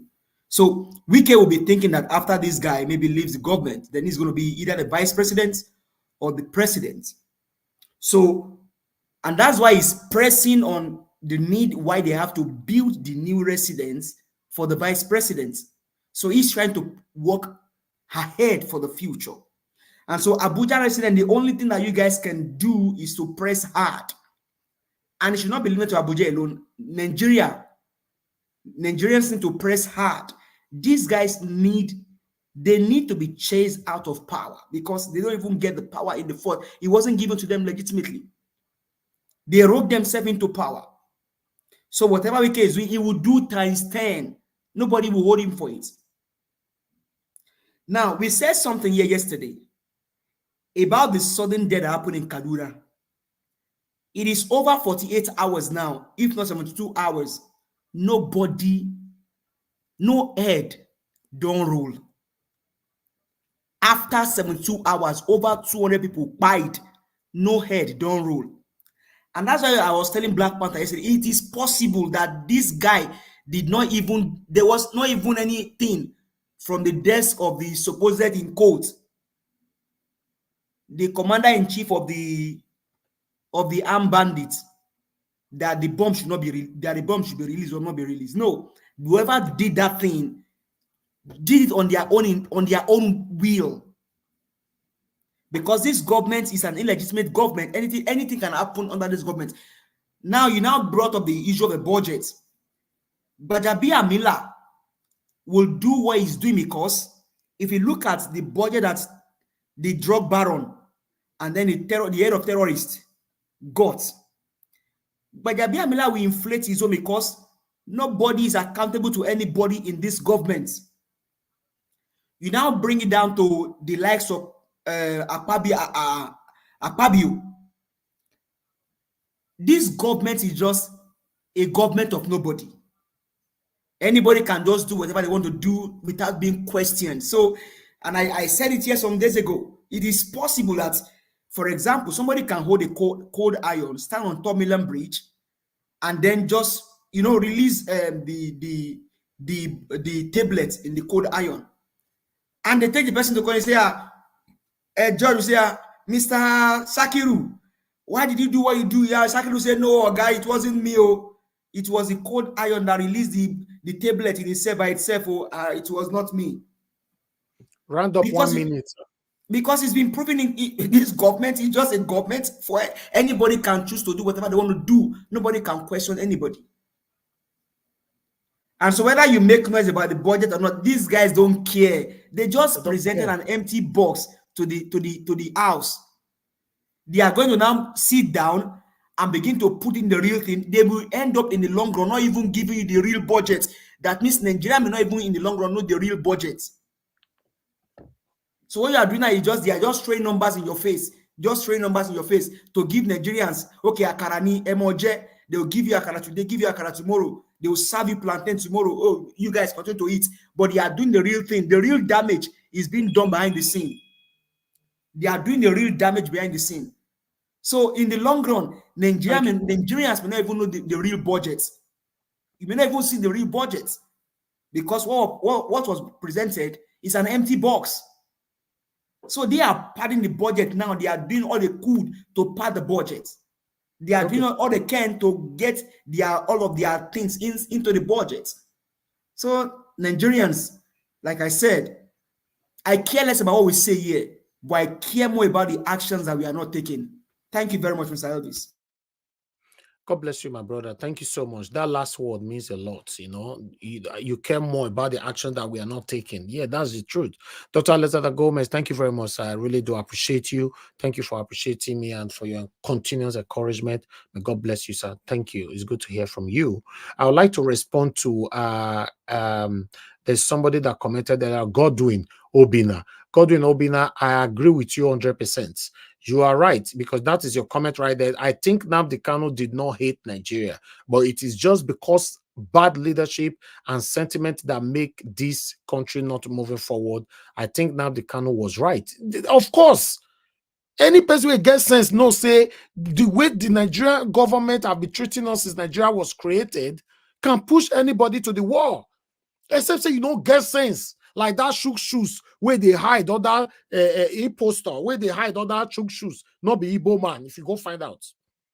What do you know, what Sunday Igboho was doing and Nnamdi Kanu, Nigerian government pushed them to the wall. What about if this same Nigerian government give birth to another person, agitator, tomorrow? What is currently going on right now in Nigeria? Is it not enough for another agitator to emerge? I don't understand. The same time you're beating a child and you're asking the child not to cry. It's somehow. I've said it over and over again. If our leaders were good, even though anybody asking for a separation, it would be a peaceful negotiation. Yes, to be a peaceful negotiation. Nobody go even hear them. The day we go even happen, nobody even hear them. Now here you tell us, they said Akwa Ibom don't go Edo State. Why now? Wait till Apple. This one way they Apple. So look at the way they are treating us. They don't even care about all. They don't care about your plight, your expression, anything you are talking about. They are not interested. They don't care. It's crazy, man. Let me take some calls. Callers, some of you have been calling in since. Man of Prestige, let me quickly pick your call. Thank you very much, my people. Please help us to press on that like button and let's do this together. Man of Prestige, thank you very much, sir, for calling in. Please talk to us. Man of Prestige, are you there, sir? Or are you busy? Hello? Okay, let me pick another call. Sorry. Somebody is calling. A lot of people calling at the same time. What's happening here? Okay, sir, you called earlier on. Your network was very, very bad. Let's see if we can hear you now. Go ahead, sir. Talk to us. Oh, yeah, good evening, Mr. Najawash. Okay, thank you, sir. Talk to us now. I said I was suggesting the only way the Labour Party can make headway is to join this coalition. Otherwise, they can't go anywhere because PDP need force. Sorry, I think APC need force. You know, because Peter Obi kind of politics is a gentleman politics. And Nigeria does not need gentleman politics. Nigeria need only use fire for fire. You can't use quota to fire people like the Wike, those Tinubu. The opposition need force. When I mean force for force. Obi is very quiet. He's a very quiet man politics, and Nigeria do not want a quiet politics. We need fire for fire. So personally, I will advise Labour Party to join the coalition. Maybe for they'll make a dialogue. Otherwise, okay. no headway. You said? I said okay. Thank you.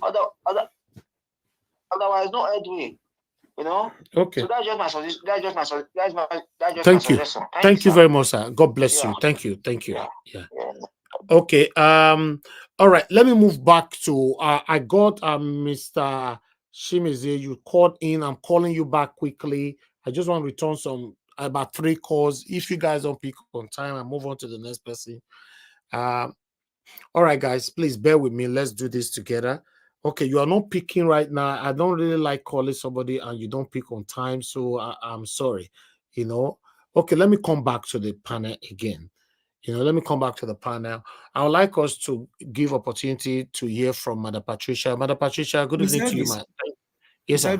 Sorry, before Madam Patricia. Now, I understand where that man is coming from about the coalition thing, right?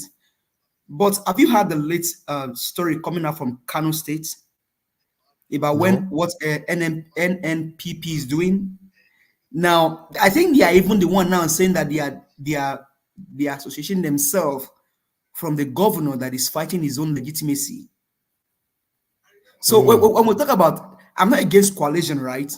But do you know after the election in Kogi State, the PDP youth went on protest against Dino Melaye.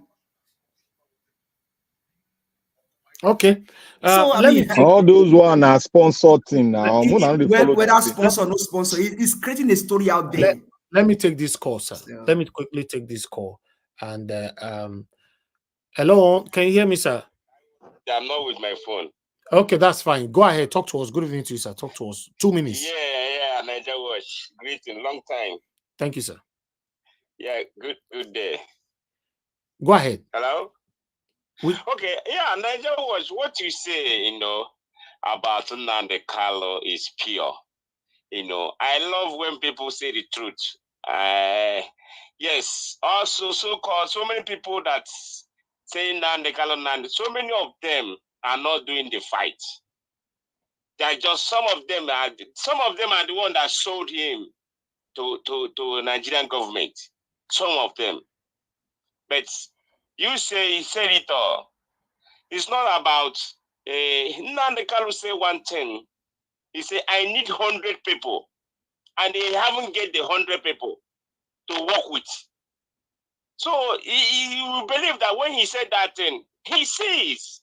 When he said that thing, he know what he said. And that is true. You know, his word like a prophet is a prophet. All what he said happens. It's all of them, so many of them already happened. You see it come and pass. So what you say, I can't say it's not true. You say the truth. About when he come out, Nnamdi Kanu is kind of somebody. When he come out, he will stand where he stand. He said either this or nothing. I believe on him, and that's what he believed. So okay. in other hand of party area, for me, if you can beat them, you join them. That's it. Because if they have there's a margin now, it's better all of them match. Because if you match, you're gonna take power by fire by force from these people. If you don't match, I will tell you one story. I know if you can give me time. I will tell you one story happened when I stayed in Nigeria. I was in Aspanda. I'm a businessman. So this is new people. They'll be ruling Aspanda. They'll be ruling from Itumota. They'll be ruling for a long time. They're ruling They'll be the one that every time present. At a point, they call us one name. So which we now do what? We now emerge to grab this power from new people. From them, since then, for how many years now, new people haven't get the power back. Just recently, they do what Nigeria did. They do the same thing. All this thing we are saying, corruption here and there, is in everywhere, in every association. Okay. So this is how we're going to do it. Let people be. Don't nobody say no. Even Ivins, please. Even when people be come out and say, even I will say, let them go quickly. It's better. Okay, no problem. Enjoy the moving train. Thank you, sir. Yeah. Thank you very much. Thank God you. bless you, sir. Yeah. Yes, sir. Hello. Yeah, good evening to you. God's Power, thank you very much for calling in, sir. Talk to us. God's Power, are you there? For everything that you're doing. Yeah, I'm there, sir. Okay, yeah, Can you hear me, sir? Yeah, I can hear you now. Thank you very much, sir. Talk to God us. bless you for everything you're doing. I just want to say thank you for the wonderful thing that you've been doing. First of all, let me dwell on the Nigerian themselves. I think at this point, from the video that you first played, I begin to see that a lot of Nigerians are moved up based on the way they are talking. And sometimes I used to tell people that the problem we have in all this tribalism, something that somebody will say the problem is from the Fulani from North. They know we have people around us. And based on the video you shows from those people that they interview, I've seen that a lot of people are attached. They are already used to this suffering. Imagine what is coming out from those two guys that interviewed. They say, okay, Nigeria will be better. With this kind of hardship that the level is going, that we have not even reached up to a year. Oh, I'm sorry for my country. I'm sorry for the people there. I wish they can wake up and realize that this man is driving people to nowhere. Than this thing. I don't want to call him negative. I don't want to use negative word. Then, based on my imagine that people are clamoring for march. I want Nigerians to understand one thing. What you imagine with these people is as bad as if you can recall it very well. Majority of people in APC today, they are from PDP. So exactly. It's like you imagine with your enemy. Yes. Imagine with your enemy. Tell your enemy that you want to marry with them. Why are Nigeria only easily forgotten? It's only in Nigeria you see that bad people cross from bad to good. The issue of margin to me is totally no. We are not margin. If Nigeria want the betterment for our countries, the neighbors should stand alone. And we want sincere and integrity person. It's not about margin. Thank you, sir. Thank you. Thank you, sir. Thank you. Okay, guys, let me quickly talk about this merging of a thing. Are you guys aware that Labour Party merging with these same people, everybody that have merged right now, SDP, whatever, PDP and NNPP and many others, all of them are the same people that have jumped from one place to another. Yeah, I understand some of you will say that Peter Obi was in PDP as well. Yes, Peter Obi is somebody that we, the Nigerians, the concerned Nigerians, discovered, and we are holding him so tight, right? So now, have you asked yourself, if Labour Party decided to merge with these people, in the next election, will they allow Peter Obi to be the presidential candidate? You think that Kwankwaso will step down for Peter Obi? You think Atiku will step down for Peter Obi? And many other people that you don't know yet. Come on, guys. If we are talking, please, you need to look at this whole thing, in a holistic view. Let me call on Madam Patricia. Madam Patricia, thank you very much for your patience. Please talk to us. Good evening again, Mr. Elvis. Good evening, everyone, and thank you all for all you do. Please hit on the like and share button, very important, and subscribe to the channel so that our voices can go wide and far. Thank you so much, and God bless you all.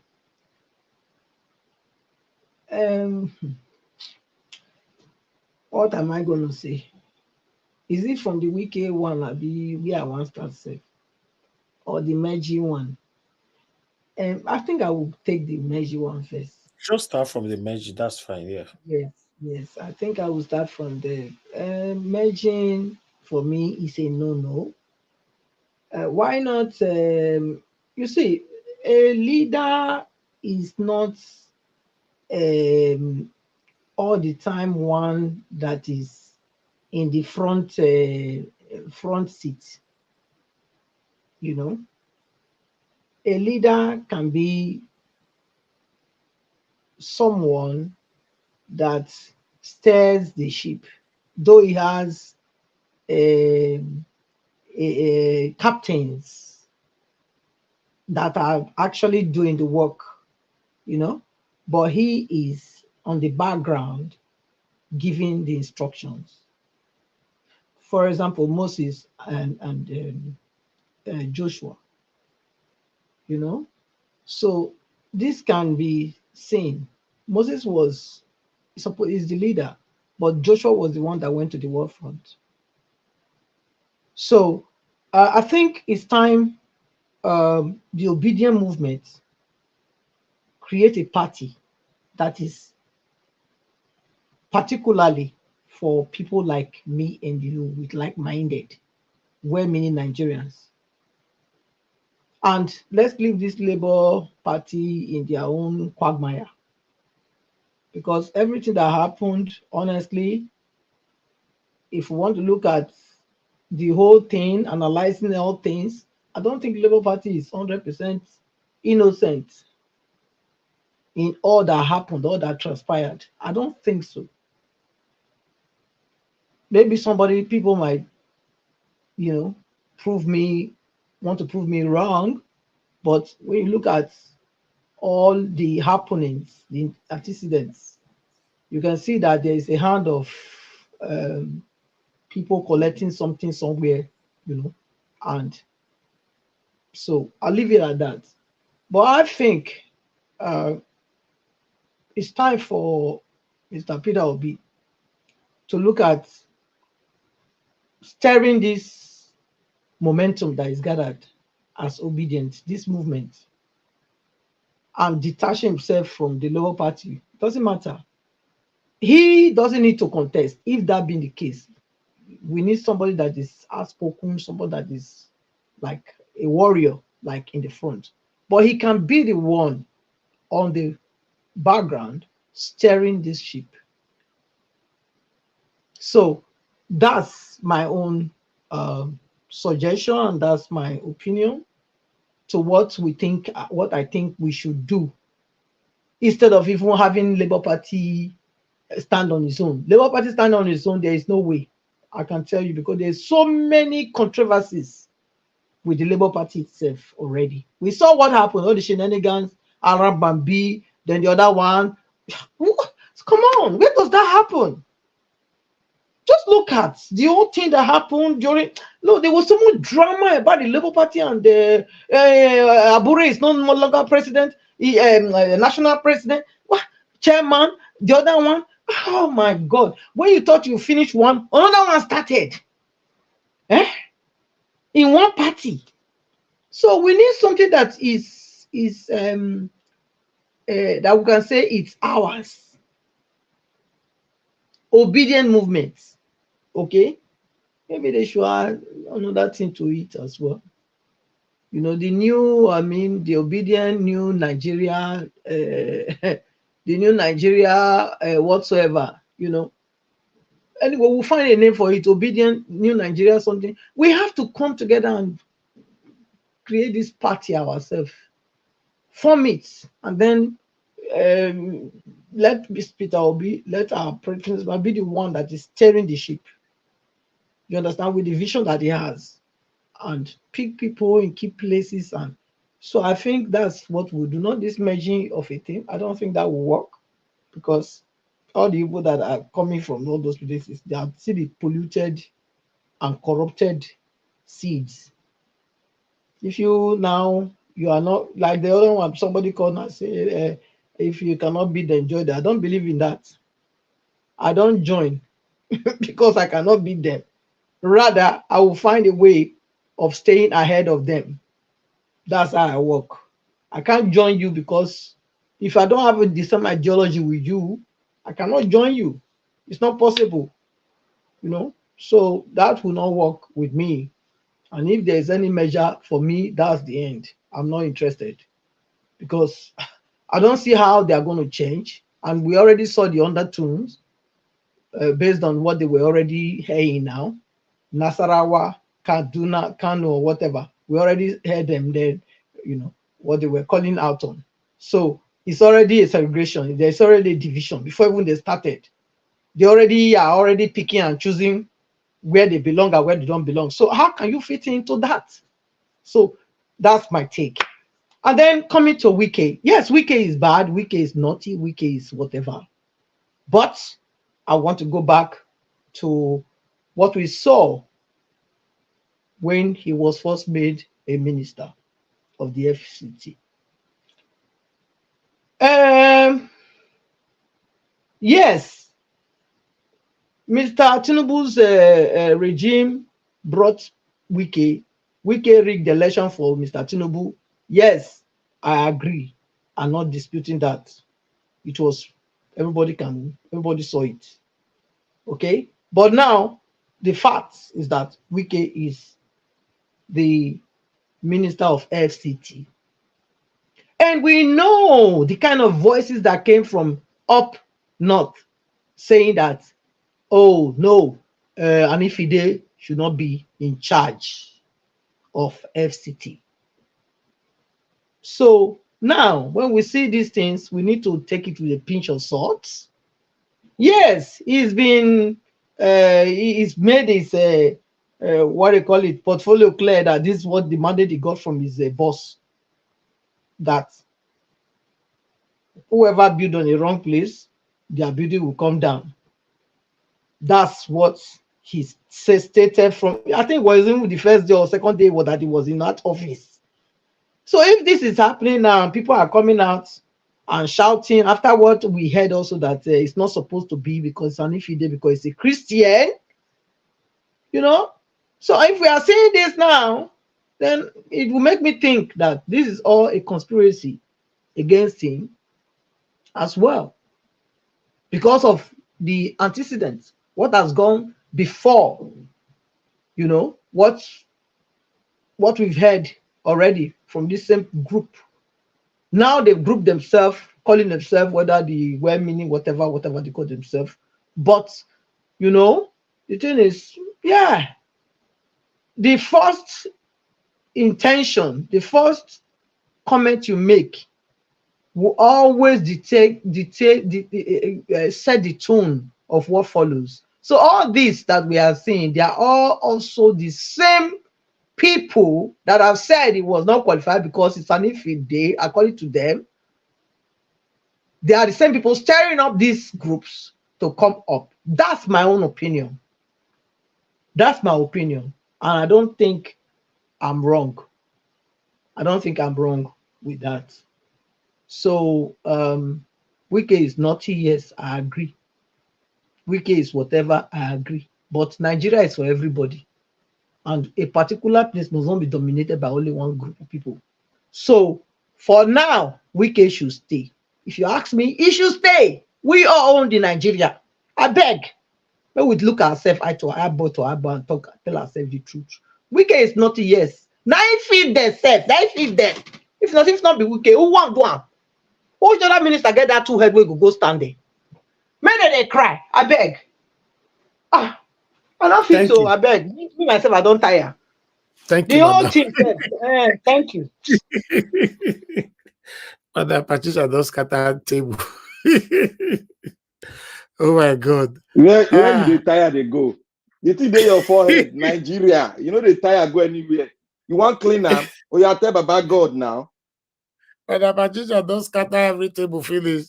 He said I'm weak like fit to the for Abuja. Wow, you're for everywhere. Guy.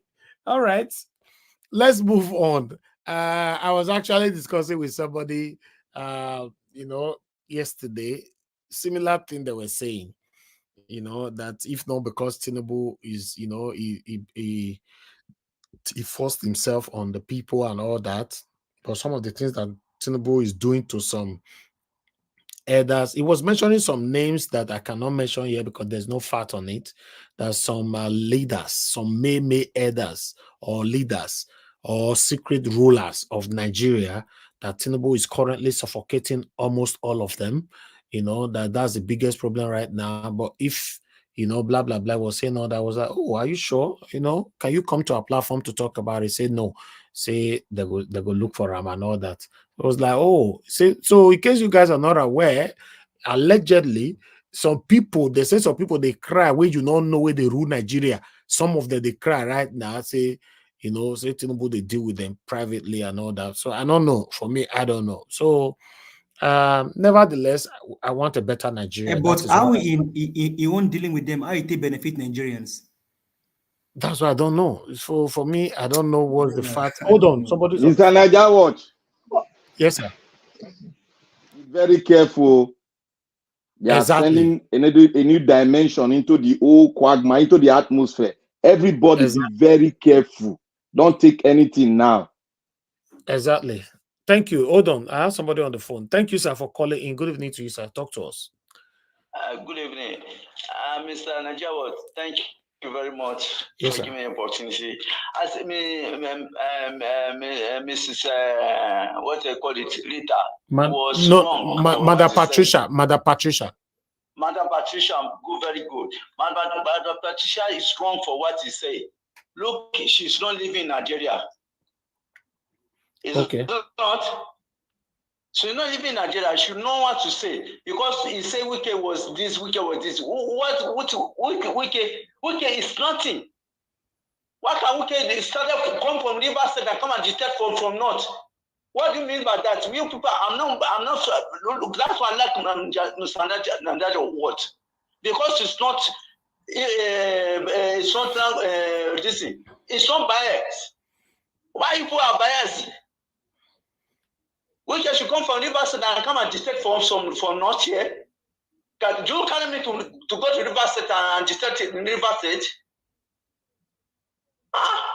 It's not good. Why should you be talking like that? That should detect. Okay, we should detect here. You are going to show him here.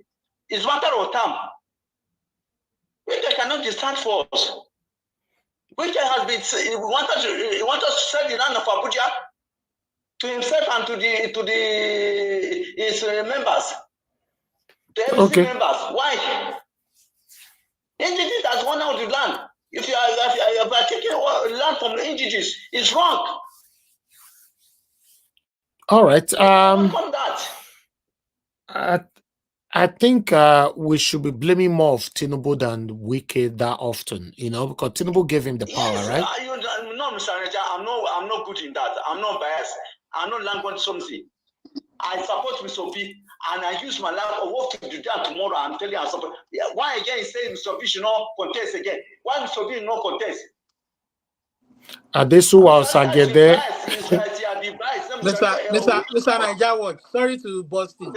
I like that guy's take. Now indigenous get the land, but I will get the resources. Okay, please let him finish. Please, everybody cannot unmute, please. Okay. No. Go ahead, Mr. Caller. Because we want to be should be there, and the girls supposed to become a president of the country. Just send Mr. B should not contest again. We Nigeria here, we like him. We are there. We're here. I'm telling you, if he come out today, we are going to vote for him again. We Nigeria like him. Don't send outside and continue to condemn and say language. You are saying language wrong. Don't let the concern will be again. Okay. Thank you, sir. Thank you very much. Don't say it's your prisoner. It's your prisoner, and you are saying something wrong on that. Okay. Thank you. Thank you very much, sir. We love him. We are going to vote for me again. But the situation we are facing now, sir. Excuse me, sir. The situation we are now, please. 1 minute. Use answer. Talk to our people. Talk to them. Wait, not they hear English. Talk to them, sir. 1 minute before you go.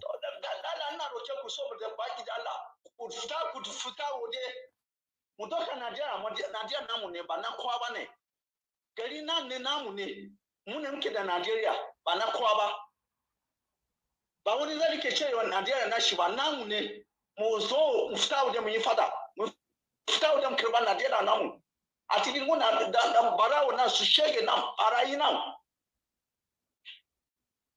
Mukarama na dia na mune. Bari muneke. Ubon neke de kish. Thank you, sir. Thank you, sir. God bless you. Thank you. Now go there. But sorry, can I ask him a question now, sir? No, he's gone. He's gone already. Hold on, Mother Patricia wanted to say something. Mother Patricia, yes, go ahead. because it was because of me he came, so I need to answer disagree him. with you. He did not come to fight you. So exactly. So now, if you listen to his statement, he said that Mr. Wike cannot come and dictate to them in the north. Yeah? Okay. Is that not implicative? How? Because as far as I know, Abuja is a federal capital. It's a federal territory. Belongs to all Nigerians. So why will you come and be telling me that, telling us that Mr. Wike cannot come from River State to come and be dictated to them in the north? Okay. All right. Is it claiming to tell me that Abuja belongs to him, to the Northerners? Because that was not the deal before they moved it from Lagos.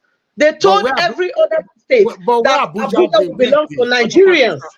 But the Patricia, where Abuja did, and not a bit south, a bit east. No, okay. But when it means that it cannot be coming to detect to us in the north. It means that you cannot just detect to the from the position of Abuja. Abuja is in central.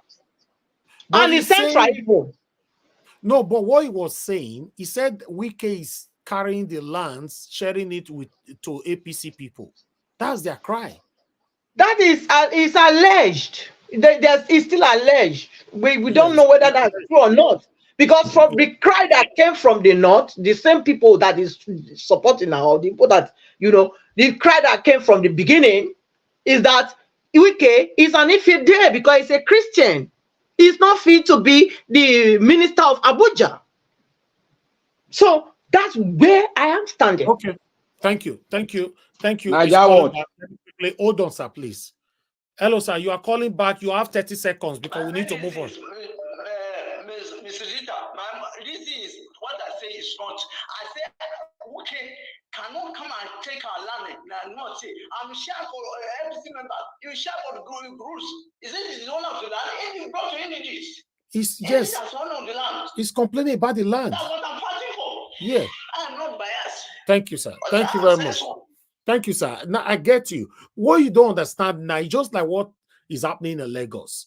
Some part of the people are saying that, oh, they have the target and all that. Now, the Northerners or the people in Abuja are also saying they have the target. That is the situation right now. But meanwhile, we have Madam Busy Brains here with us. Madam, good evening to you, man. Thanks for calling in. Hello.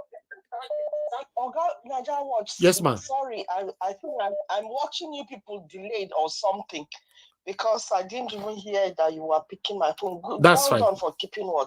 Thank you, ma'am. Thank you. I had to, I don't know how far back I am, but I'm trying to respond to Madam Patricia's response to the man that called from Abuja. Yeah. You see, I find it a bit double standard. Yes, Abuja is for all Nigerians. Abuja is central. However, if what is happening in Lagos, in Abuja, there are indigenes of the Abuja.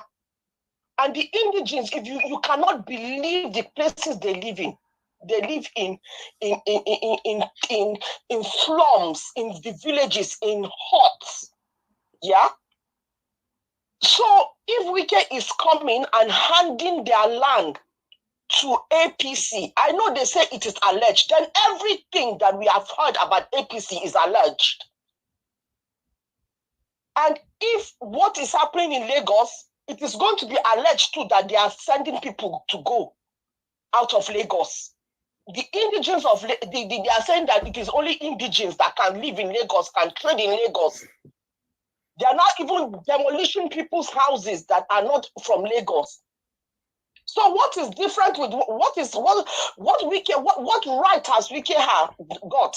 If the indigenes of Abuja rise up now and say stop, why are you sharing the land you are coming to come and share? It is land from somewhere. People lived in those lands. People lived there before it became a federal capital territory. And if you are going to share it, let it be shared equitably, not one side of the party. You see? Not in a satanic way. So, yeah, not in a satanic way, because it is done in a way that is not fair, it's not equitable. You are taking from somebody and then you are still going to give it to somebody. Like what is happening in Lagos now, all those demolitions, go back again, you will see that they've given it to somebody. Those lands will not be laying fallow. They will sell it to another person.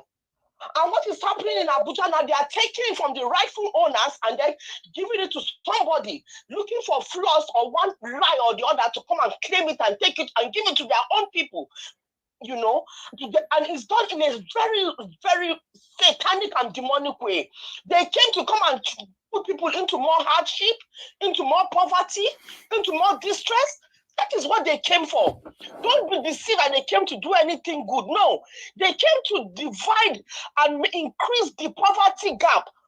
I mean, to increase the gap between the rich and the poor. They are trying to eradicate the middle class. And the only rich that is permitted is the satanic APC. If you are for them, if you are with them, then you are permitted to breathe. Okay. Let me just thank you, thank you so much for allowing me to no, to thank come you. in. Your cause means this call means a lot as well. Thank you, madam. God bless you. All right. I can see some people now like they verse for that comment section. Me not understand though. Some of my body they hot for that comment section. Yes, sir. In my submission, I will explain what your submission to now. No, I said in my submission, I will explain what the man that called in, and I will when you reach explain what is happening. No, yeah. Yes, I'm coming to you. Good evening to you, sir. Thanks for calling in. Please talk to us, sir. Good evening, Mr. Niger Watch. God bless you. Thank you, sir. Thank you very much for taking my call.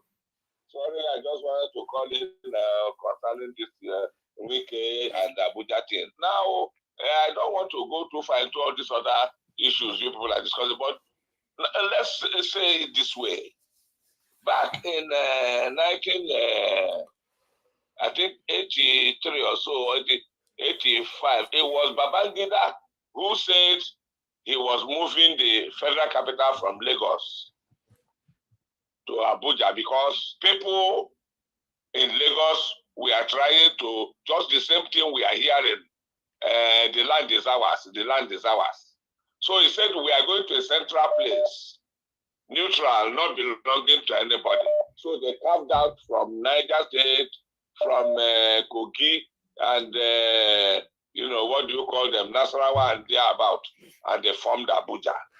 Now, I don't see anything wrong for any minister to be picked from any part of the country. Though all the FCT ministers we've been having had all been Hausas and Fulanis all along. But here we are. The issue is not even that. I think what Jan Gentleman is talking about is the way Wike is destroying. He has destroyed houses based on what they discussed behind, the closed doors. Now he is now sharing land to the same people who are pursuing people from their own place. They don't want people to build houses in their own area, but they want free land now. Mr. Watch, let me say this to you. Fairly enough, I bought some land in Abuja a few years ago, which I have not even developed. Okay, sir. Quite a few plots of land. But then, what happens now if Wike goes around to such places and also redistribute such land that we paid for? Okay. And he gives it freely to the members of his party. What do we do? Thank you, sir. Thank you very much. We need to move on now. Thank you. Thank you for calling. God bless you, sir. All right. If you listen to what our brother that called from Abuja is saying, The intoxication that is affecting this satanic APC right now is what he's complaining about. He's not arguing or dragging with anybody who owns Abuja or not. For me, or to my own understanding, you know, because they believe that Wike, if you even notice, even the Wike himself, because of the continuous talking by the people, the resident over there, the Nigerians and all that, Wike is gradually reducing those gra in Abuja compared to when he was newly elected as, or rather appointed as the FCT minister. You know, so that's what the man is saying. But let me take this call quickly as well. 2 more calls, I'm done. Hello, good evening to you. Your name and where you calling us from? Good evening, sir. Thank you, ma'am. My name is Tammy. Thank you, Madam Sami. Talk to us. Yeah, Tammy, yes, sir. And sir, sorry yesterday for my emotion. I'm so sorry about that yesterday. Okay. What I am calling today is this. One is I don't want His Excellency PO to merge or join them because it's a distraction. And another thing is that I am happy the way things are happening. Assuming that it's PO that is there, I know what people will be saying, mostly those that support the Agbado. But I'm very happy that he is the one there, and every one of us has seen that, oh, the right person is not the one that is there. And you see how they are rolling themselves like a rolling ball. I'm so happy, and I don't want him to join any of them. He's not merging with them. Let them go, PDP or NNPP, let them go. But let him remain with the Labour Party and the obedience with him. We are still there with him. We will support him. Okay. Come rain, shine. Then number 2, I'm sorry, give me a little time. Then number 2, I disagree with my sister Patricia. Wike, I'm partly Rivers. I'm a Rivers woman. Wike is doing as if he's a head of dog. Gra. These Abuja people, even before they start the Abuja to say it's a capital, they have pushed the indigenes off. The side they now have, Wike is now going to say that is where he wants to take. And at the end of the day, they are going to sell it, give it to themselves. Then make people to go in penury, suffering that is in the land. Please, I support Abuja people, the Bari people, the Abaji people. They should pursue him. Pursue him. I joined them here. They pursue him. And they pursue him because River State said we don't pursue him. He can never succeed. Cash out 9B. So that is my submission. Please. Thank you, and Patricia, you say that Obi should not come out. He should be on the platform. No. He's going to be our president. Thank you. He's the one that would be our president. So Patricia, before you talk, check your words, please. Thank you. Thank you. She's entitled to our opinion the same way you are entitled to your opinion, madam. Thank you. Everybody, but there's to tell you when you say that, mostly when she comes to our PO and then we can. Okay. No. Thank you. Thank you. Okay, callers, please. Everyone should hold on for now. Yeah. No, you don't need to respond to that. That's fine. You know, everybody can. The people on this platform, people can disagree with you. That's why it's called panel. It's not compulsory. We must always respond when people disagree with us. It's a normal thing. You know, you speak, people say, no, I disagree with you. So sometimes on the comment section, they see people saying, Mr. Elvis, I disagree with you. I know they respond to them. It's only when you now disagree disrespectfully, that's when I come in. Thank you very much, my people. I appreciate you all. Like I said, this broadcast today, you know, the way the divert, me not can understand. But meanwhile, let me come to the next person on the panel. You know, I'd like to call on Black Panther. Black Panther, please talk to us. Are you there? Yes, I'm here. Thank you. God bless you, Mr. Najawash. After Black Panther, it will be Mr. Olumide. Thank you, sir. We have a long road to go in this very topics you brought today. Oh, Mashallah, there with us. Mashallah, I they talk. I better go ahead because you don't shout. Blessing at you. No, Mashallah, your talk.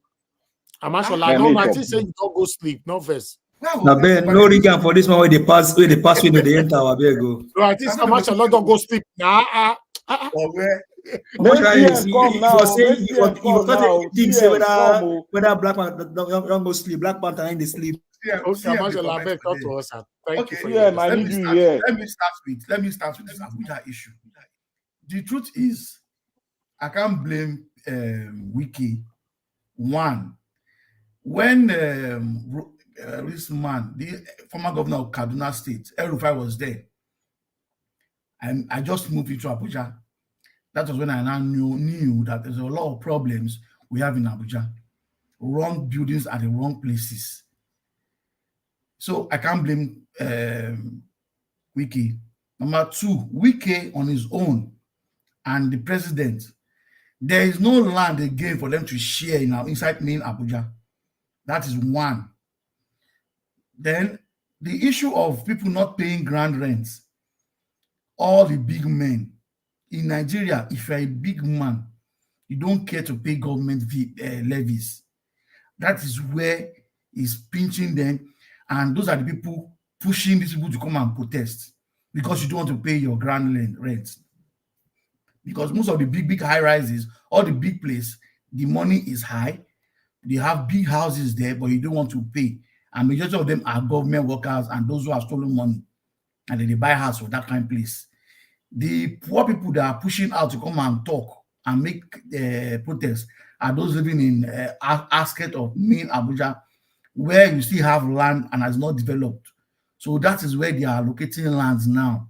And then if you by chance have a land in the central area of Abuja and you have not developed it, Wike has the right to take your land from you because they give you a certain amount of years to develop.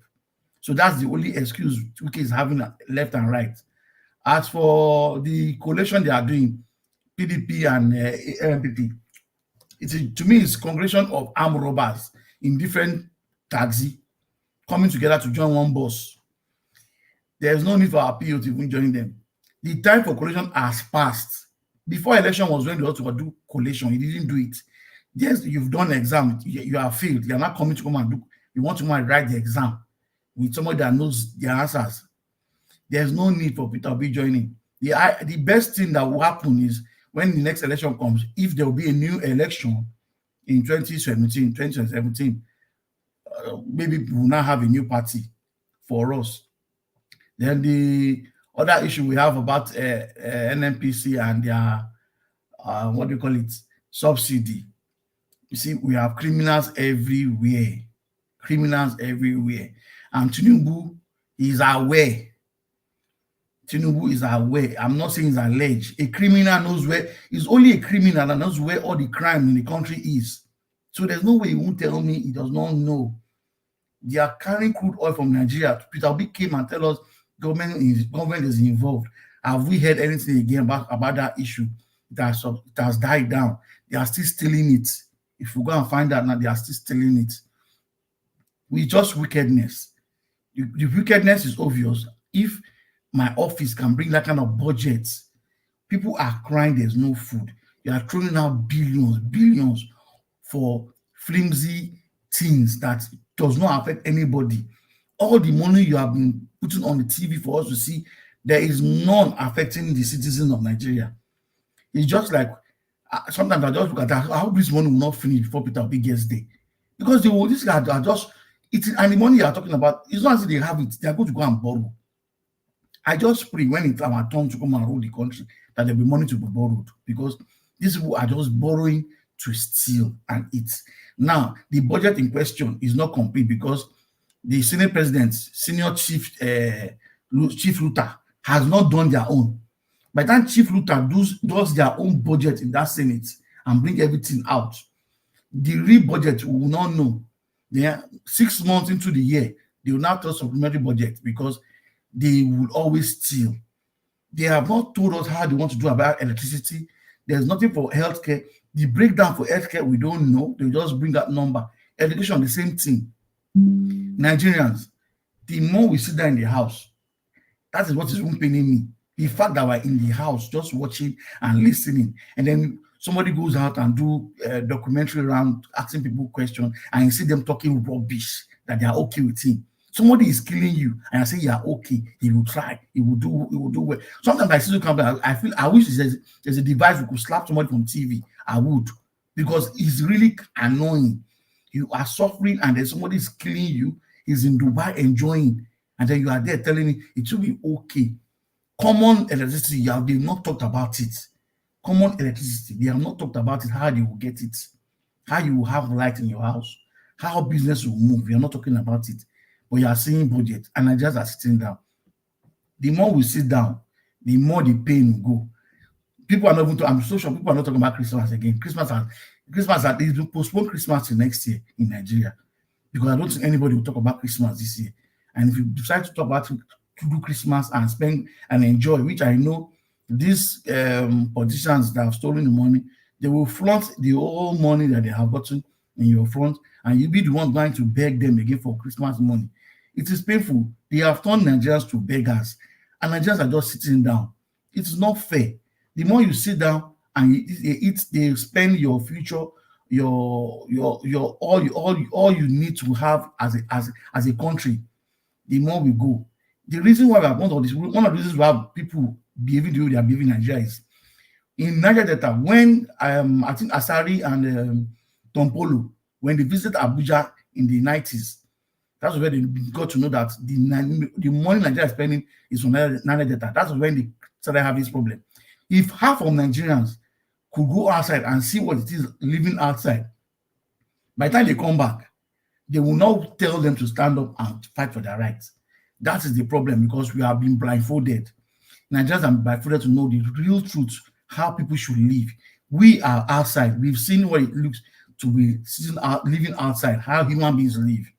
The day they have the opportunity to see how they are meant to live, we will not be the one begging them to stand up. I think that's one of the reasons why they are so docile and quiet. And you see that in your house, you see budget being read. It doesn't concern you. You just move along. This life goes on. For the next election, I doubt if there will be an election next time. I doubt, because with the way elections are going, with all their coalition and all that, nothing will happen. The coalition you are having there is just coalition of thieves. They will settle them so that they can keep quiet. By the time they push some money to them, all these budgets are saying is how to get money to settle all the old politicians in the other parties so they keep quiet. And Peter Obi has refused to join them. That is Peter Obi is their greatest problem. Peter Obi is their greatest problem. The day Peter Obi says, okay, I agree, give me my own, they will be very happy. But Peter Obi is not that kind of man. He will not take. So we prefer let him be on his own. Don't join them. Be a one-man standing. Like we said, somebody, I think one of these politicians said Tinubu was one man. The real one-man standing is Peter Obi, because he's the only one standing and standing with the people. And we are with him. Thank you, Mr. Elvis.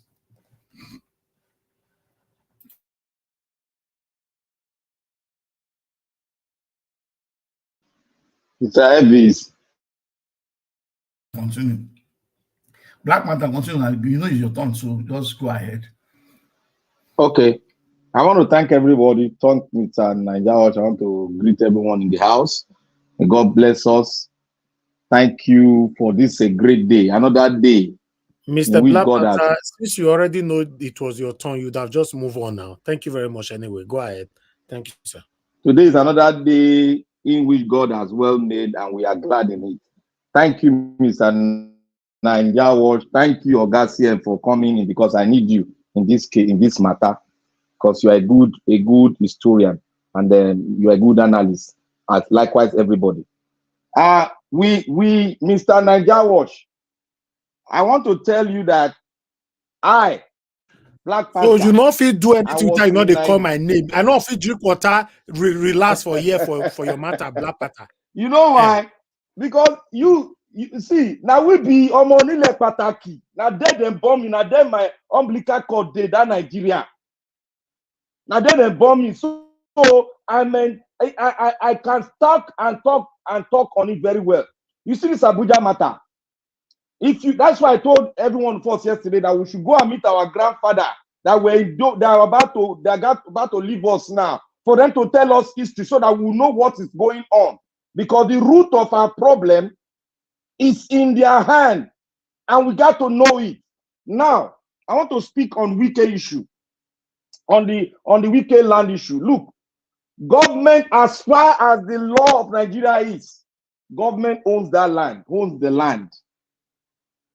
When Abuja was about to be created, they had no place to create Abuja. They don't want to shift it to the far north. They don't want to shift it to the far west or east or south. They were looking for a central position.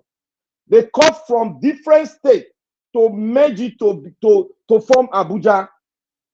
And before they did that, there was a settlement of all the people that are on that land. And if you look at this land, it's like one, you know how they live for north now. One area go just there, only like 15 houses go there. Somebody go tell you, say, I ain't get the whole Lagos. In a 50 house, now they there in a village, he go not throw stone. He go say, I ain't get the whole of the whole Lagos. More than 30,000 acres. He go say, now family get them. You see, everything has been settled. And as far as I know, the indigene, they know themselves. They own some part of land which government has given to them. They don't own Abuja. They are indigene, yes, but they don't own Abuja. When Abuja was created, their Oba were there. They connect everybody together and they bring out a blueprint. They know let them go and bring that blueprint out. It's gadgeted, it's there. It's there, it's gadgeted, it's there. No, but you see, when I say this Nigeria, we have one problem. It is tribe. Now, a man called in. What he said was from his bottom of his heart. There is no two way about it in Nigeria. I want you to know this. He said one thing. He said, Wike should not come from River State and come and dictate to us in the north.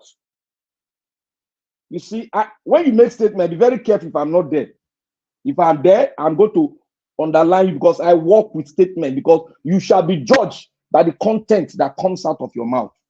Because it comes from you. You cannot separate yourself from the word you have spoken.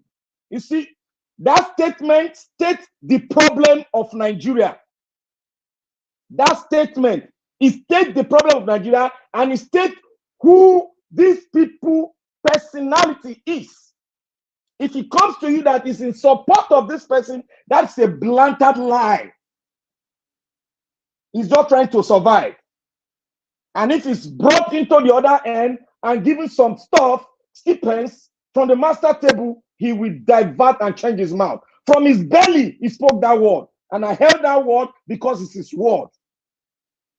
Are we Nigerians? From that statement, are we all Nigerians? Do you think they want Obi to be there? That's a statement. Since the creation of Abuja master plan was cleaned off, and they were building houses. The northern people were building houses, and the southern, the politicians, they would go there and buy houses. They were not paying anything. The Malam came. He started demolishing, even demolish Baba Yabo house. And he said that the master plan, where Aso Rock is itself, is not supposed to be there. What are we saying? Wike, I'm not in support of Wike.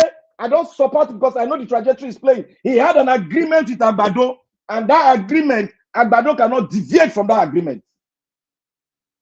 Let me tell you, politics is all about agreeing on each other. And when you agree, if you are ready to take that onslaught thing, that you stab your own brother by the back, you take it. And when you take it, people will see it. Wike has stabbed his own brother at the back. He stabbed the entire South. The entire South is stabbed us at the back. And he took that risk. He signed an agreement because he knew the risk what he was taking. What are we talking about? He went there. He said, this house are not supposed there. If you go, look, the man brought a master plan of Abuja, and all of them showed it. Go and look when he was in office. Fine. He showed it how Aso Rock was not supposed to be there. There is a green zone. So when somebody come, they will throw stone. Hey, now they'll get only 10 houses on a village. They'll say that they get the whole 1,000 acres. How is that possible?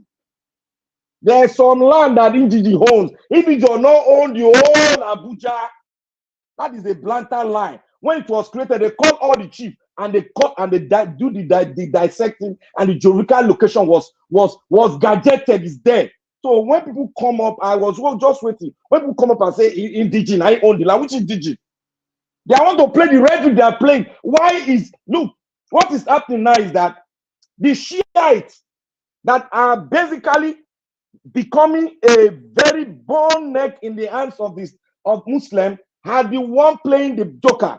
Now that Wike is in office, nobody's wearing Malam cloth again. If you people have gone to Abuja, you are seeing what is happening. Even the Satan that is a Christian wearing Malam, everything. Because if you don't do that, you are in trouble. Now he has changed the direction, because that place is not for the outside. It is for Nigerian, if you want one Nigeria. And if the minister that they put there is doing his job, the question you should ask, let us see the master plan and tell us the reason. That's the question you should ask. You should not come here, you want one Nigeria, and you are still saying, Wike, he's not supposed to call rule from. Who told you? He has the right to be a leader in Abuja, because Abuja is a capital territory. Go and look at it in your dictionary. It does not belong to anybody. Washington, D.C. does not belong to anybody. So that is there. I want to go to the budget. Before I go to the budget, I want to speak on Igboho. Give us a magic. God will bless you for your analysis. But I want to go deeper. You see, Sunday Igboho game. When Sunday Igboho was in captivity in Benin Republic, when he ran, a lot of his properties were destroyed, worth billions, millions, and he sued them to court. Up to now, the case is not coming up.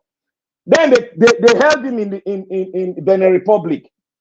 When they held him, there was a coalition that they were trying to bring money together to make sure that they fight the lawsuit over there. But this thing was captured by the Agbadorians. Money was being taken, and they were accusing people that meant well for him, that they want to arrogate power to themselves. There, the balkanization came in, and the whole trajectory now changed. Igboho was even confused, because I heard him when he made a phone call. When they called him, I heard that phone call. He was thanking the personality involved, sharing that faith. But all of a sudden, they went and changed their Afenifere mind over what that guy is doing. I won't mention the name. Now, the trajectory is changing, because they told him they will give you all the things you have lost. Just don't go on that trajectory anymore. That is what is signed. Anybody can say whatever you want to say. That is what is signed, because if you are fighting a cause, there is nothing that should make you deviate from that cause. If you don't succeed, let me go down. Mandela said it. Go and look at people that are fighting for freedom. They say it. If you don't let me get it, either if you don't get the promised land, let me go down, so that the future generation will get there. They will send that message. If you take me down, they will send that message down. But now Johnny Igboho is dancing Parembe for Facebook. He's dancing that he has his freedom. That means he has signed it. He has lost a lot. He has signed it. And they are trying to give it. Do you think Benin Republic will give him that money? No. It is Nigerian government that will take that money to Benin Republic to give to him. It runs in the millions of dollars. We should not debate about that. This is a mafiaism at work. I want to go to NNPC, the coalition. When we were going for election, you people said, oh, 2 months election, it is too late for coalition. Then after the election, it is too late. Then you don't go with this person, because this person, look, you are Labour Party with support from Obedient worldwide. You have there's nothing, absolutely nothing wrong with coalition. It's just a matter of who sits on that seat that dictates the tone. If you're a politician, you sit on a seat because you have the power, Obedient behind you. You can dictate what happened. You can look at the map, how you won election, look at it, use that, bring that to the table with NNPP, whatever they call themselves. Bring it to the table. You will see it clearly, and that shows you can dictate it. You can have 60% of the share and you move. It's all about dialoguing. Nigeria, you want one Nigeria, and you are saying they should not do coalition with this one are thief, that one are thief. If you are in charge, will they come and force you to thief? Obi can still, Labour Party, Labour Party, let all people be now. Labour Party can sit on that seat if they are politicians and they want the change for Nigeria. Do you think you can move these people out of there? It takes a strong and varied movement to remove these people. They come with it, we go with them with it. That is what it means. They come with umbrella, we go in there with umbrella. They come with cigarette, we go in there with cigarette with them. That is how to break them out. But we sit down here, no collusion. Okay, they tell you to bring, how you are going to do it now? You'll be saying all this moi thing. It cannot work. These people are vampire. They are satanic. You need more than satanic to move those people out of that place. The right result, you need to be a tough man to take that result and tear it in public. That is the kind of force you need to change that power. And I still stand my ground. There is nothing bad and wrong with coalition. What we have now, go and look at all the political things happening, even in South Africa. They had a coalition. Go around, even in England, in so many countries, they have coalition to take out these people. All you need to do, bring out your agreement, what you agree on, what you don't agree on. Argue it out, find a formidable force. We need to have one Nigeria. We need to have this. We need to have this. Obi can dictate it with Labour Party. They can go in. Simple as ABC. What is happening now is that Kwankwaso is going for the president. If the coalition work at what they have now, Kwankwaso is gone because he's still young. From the north, they are going to pick the president. You all know now. From the north, they are going to pick president. And this vice president is warming up. And if he's warming up, he's going to pick Wike. If we should see what is happening on the table now, he's going to pick Wike. Wike is warming up too. That is why Wike is satisfied. That's why Wike backanize PDP. PDP cannot stand if they don't have coalition. That is why Wike is doing all what he's doing. Everything Wike is doing is supported by the politicians in the north. None of them is crying. It's a lie. The people ruling Nigeria, they are in a parlor. Agbado goes and meet them. They sit down in that north there. They sit down. That was what I was saying. The north, wake up. We don't wake up for him. Wake up. Everybody wanted to tear me apart. Look at what is coming out from a man that Wike is from the south. Will you come and dictate for us? Oh, my brother, there's a red flag. The north does not belong to the Abuja does not belong to the north. It belongs to Nigeria. For those saying one Nigeria, it belongs to Nigeria. That is how we talk. That is what should be coming out of our mouth. We should be steadfast. If you want a nation, you must not stand on the trajectory of dividing the country and say north, south, east. You must come as a flame, one Nigeria, if you want one Nigeria. That is what you should be preaching. But this that came from their mouth, that means most of them are just deceiving the gullible people. I cannot be deceived because I was born in Nigeria, I was schooled in Nigeria, I had a wall free education. Nobody should come and tell me what to think. I sat down, my grandmommy told me history of the Benin Kingdom. I sat down, my father, he told me what it is in the force, in the military, everything. Okay. He told me everything total. So right. My people that want one Nigeria, you must not speak on north, south, east, or I'm an announcer or Igbo. You must come up with one Nigeria. If you come up with that diverting measure, that means you are deceiving the obedient. You are deceiving Nigeria. Thank you, Mr. Nigeria Watch.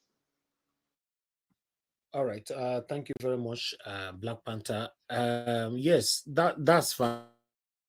Everybody have right to agree or disagree on this platform, but we don't take it personal. Yes. I don't know what to say. To be honest, I don't know what to say. I'll just leave it to hear from more panelists. Maybe that will be much better. I press on the like button, help us to share. Let me call on a different person this time, which is Olumide. So Olumide, please, let's hear from you. Maybe we might have a different view this time. Thank you, sir. All right, Elvis. Thank you for the opportunity. Regards to my fellow panelists. I don't even know where to start from. It's a very complex issue. So these are the kind of complexities that we have been talking about, and politicians have refused to kind of take it time and time again. I want to take it off from where the last caller called about the Northerner calling about saying that Abuja belongs to them and that an Easterner cannot come and dictate to them. So I don't fault him for saying that. Even though I think that the president could appoint, I don't think it's in the constitution that the minister of the Federal Capital Territory should come from any particular place, any particular part of the country, but maybe the past presidents have been picking people from the north, maybe because the Federal Capital Territory is in their part of the country. But I don't think there's any fault in picking anybody from any part of the country, but the minister should be seen to be non-partisan, to be fair to every citizen. You have contested as a party. The party is just a vehicle to bring development and prosperity to the people. It's a vehicle of ideology. And that ideology will compete for the people's mandate, for the people's vote, with our various ideology, APC, PLP, PDP, to deliver prosperity and development to the people. It is not a vehicle to enrich yourself. It is not a vehicle to favor your townsman. It is not a vehicle to favor your best friend or your family. That is why in the West, I think the West that really own this culture of democracy, that is why when we go to live there, we see the way it is truly done. But in our own part of the country, I mean, in our own part of the world, maybe Africa as a whole, we have corrupted it. We see it as an opportunity to enrich ourselves.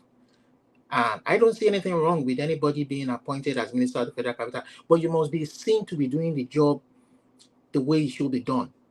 Follow the Constitution. Obey the laws. Even if you're going to take land from the people, have they breached any part of the law? Is government going to acquire it for any particular reason? And should the people be compensated? When somebody says that there's nothing like in indigenous people, I just laugh and I laugh. You understand? That is the kind of complexity I talk about. There are people indigenous to a particular land or a particular area.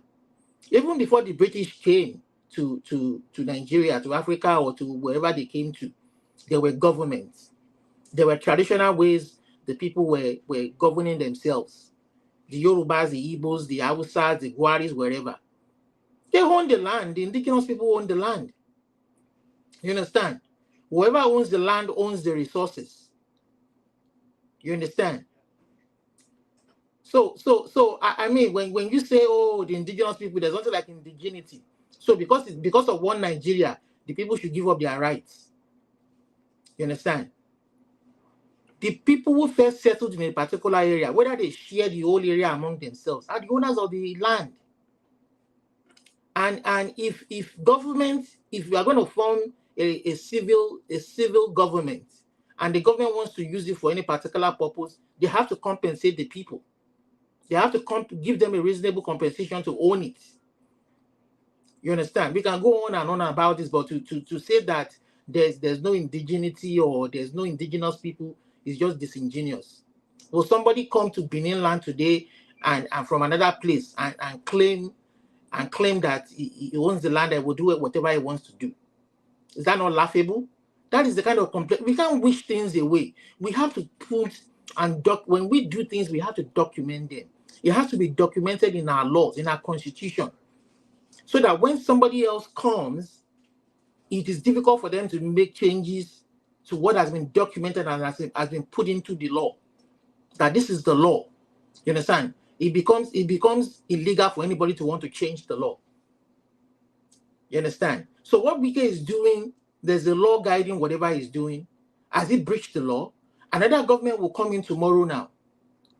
It may be another party, People's Redemption Party or whatever. But because they also want to have a taste of that wealth.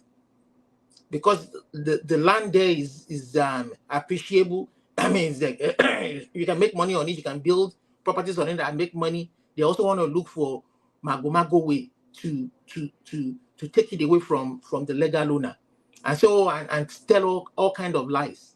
Because I don't believe anything anymore in Nigeria. Even when you take it all to the courts will even support their when somebody says your country is a shithole, you can see that it's not a joke.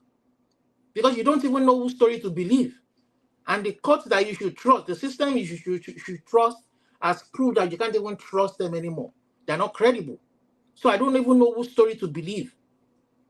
But at the end of the day, I believe that the people who own the land have a say in it. If they say they are being ill-treated, then they have a right to voice it out. Another man will come tomorrow and say, oh, this one was made for this one was made for that, this one was made. We don't care about the people who live there. You understand? That's that about the Abuja or Wike story. CSI, I think at some point, I don't know, like what the last speaker said, if you're fighting the whole way, that is why I respect Nnamdi Kanu. CSI is a hero to me because of the way he went, and when they were killing his people in Igboho, kidnapping and killing farmers on the farm, the people they suspected to be responsible for it, they reported to the authorities did nothing because they were from a particular ethnic group of the country. And this man took matters into his own hands to protect the lives of his people. But I mean, when he took up that battle, I mean, we all the youths, a majority of the Yoruba youths stood behind him, saying enough was enough, and we wanted our own country, you know, that the injustices were too much. But at some point, it's no more making that, like what the last caller said, maybe some Yoruba elders or politicians spoke to him, and unfortunately, he abandoned that struggle. I don't know if he's totally abandoned it, but obviously he's not speaking, he's not talking anymore. But that's unfortunate. But Nnamdi Kanu, to me, is a hero. We've heard rumors and reports that even the Nigerian government, they've pleaded and begged with this man to drop his ambition, because they know that the moment he's out, this man has the support of majority. You know, Elvis, I told you yesterday, I said if we do a referendum, if they allow a free and fair referendum, we will know who really wants to support division of the country or not. In all the ethnic groups of the country, let them, if they do referendum. This man has the support of majority of the Igbo people. You know, the Igbo elites may not support him, the politicians, because they are hitting at the table. They are hitting at the devil's table, which is very obvious, you understand? Or they are afraid that the government will see them associated with him and they will lose out. They will lose their daily bread. But this man is a hero. We heard rumors that they tried to get him to abandon this struggle. And the reason why this man is not out today is because he refused. He refused to sign whatever agreement that is signed with them. You understand? But I know that for me, he's a hero. And I know that someday he will be free. And I know, and I'm praying, I'm hoping that the Igbo people, you know, will get what they want, you know, through, whether it is as part of Nigeria or as an independent nation, that they should be given the independence they want. Look at what that last man said, the man that called from the north. You can see that, please, let's not lie to ourselves about one Nigeria. I said one Nigeria on what basis? You can see that that man reflected what I said when he said they won't allow anybody else to come from outside and dictate to them how they should. You understand? This applies not just to the Northerner. This applies to the South man. All right, 1 minute, sir. Okay, this applies to the self-start man on whose land Nigeria is living on the oil. And Nigeria is living on the oil on their land today. You understand? Are they being treated fairly? You understand? You can see now that you can't completely write off the I mean, we can't lie about that one Nigeria and just say, oh well, when Nigeria forget it, don't talk about your east, west, south. No. That's a lie. On what basis? We have to recognize our differences by documenting them and by respecting those values, those culture, those religion that every one of the ethnic group are there to, whether you're a Christian, Muslim, or traditionalist. We have to respect them and document it, and that's what you call a constitution. That is what you call a civilized society. That is what you call treating each other with respect and not just saying one Nigeria in face value. And lastly, I'm going to say in rounding up, see, whether you merge, whether you create a new party, whether you do anything, this last election has proved that Nigeria is indeed a shithole. You understand? Whether you like it or not, let us not pretend to ourselves that all is well. They created beavers. They didn't allow it to work. They resorted back to biro and pencil. Biro, pencil, and paper to write numbers. When they have a method, a technological method that would make things transparent and allow people to choose their leaders. And here you're talking about margin. If you like, march from here till kingdom come. Once they decide who will be your president, that is it. Once they decide who will be your governor, you will knock head on table. You understand? If we don't answer that question, forget it. That country will forever remain in a shithole. There's no way. That's the only way you're gonna knock off. You're gonna confine Godfatherism to the dustbin of history. When you can elect your leader free and fair. Thank you, Mr. Olumude. Thank you, sir. Thank you, Elvis. Thank you very much. All right. Let me call on the next person. Thank you very much for your submission. Thank you, everybody, for your time with us. I beg, make una help us press on the like button. Let me call on Madam Ame Bright. Good evening to you, madam. It's good to have you on the panel today. If you're available, please talk to us. Okay, she's not there. Okay, let's move on. Thank you very much. I'll come to Oga CM instead. Oga CM, thank you very much, sir, for joining us. Good evening to you. Please unmute yourself. Talk to us. Yeah. Good evening, Niger Watch. Good evening, everybody. Please, all protocols observed. I just had to make it at the nick of time today, but I'm glad I'm in. Actually, I had people saying about Wike and the FCT, then the merger of NPP, PDP, and Labour Party, and probably the issue of Mazen Nnamdi Kanu. And we also talk about Ohanaeze. This Ohanaeze that is supporting Tinubu and the one that is fighting for the talking about the demolition in Lagos. Are they the same? So please let us know. Thank you. Yeah, wahala.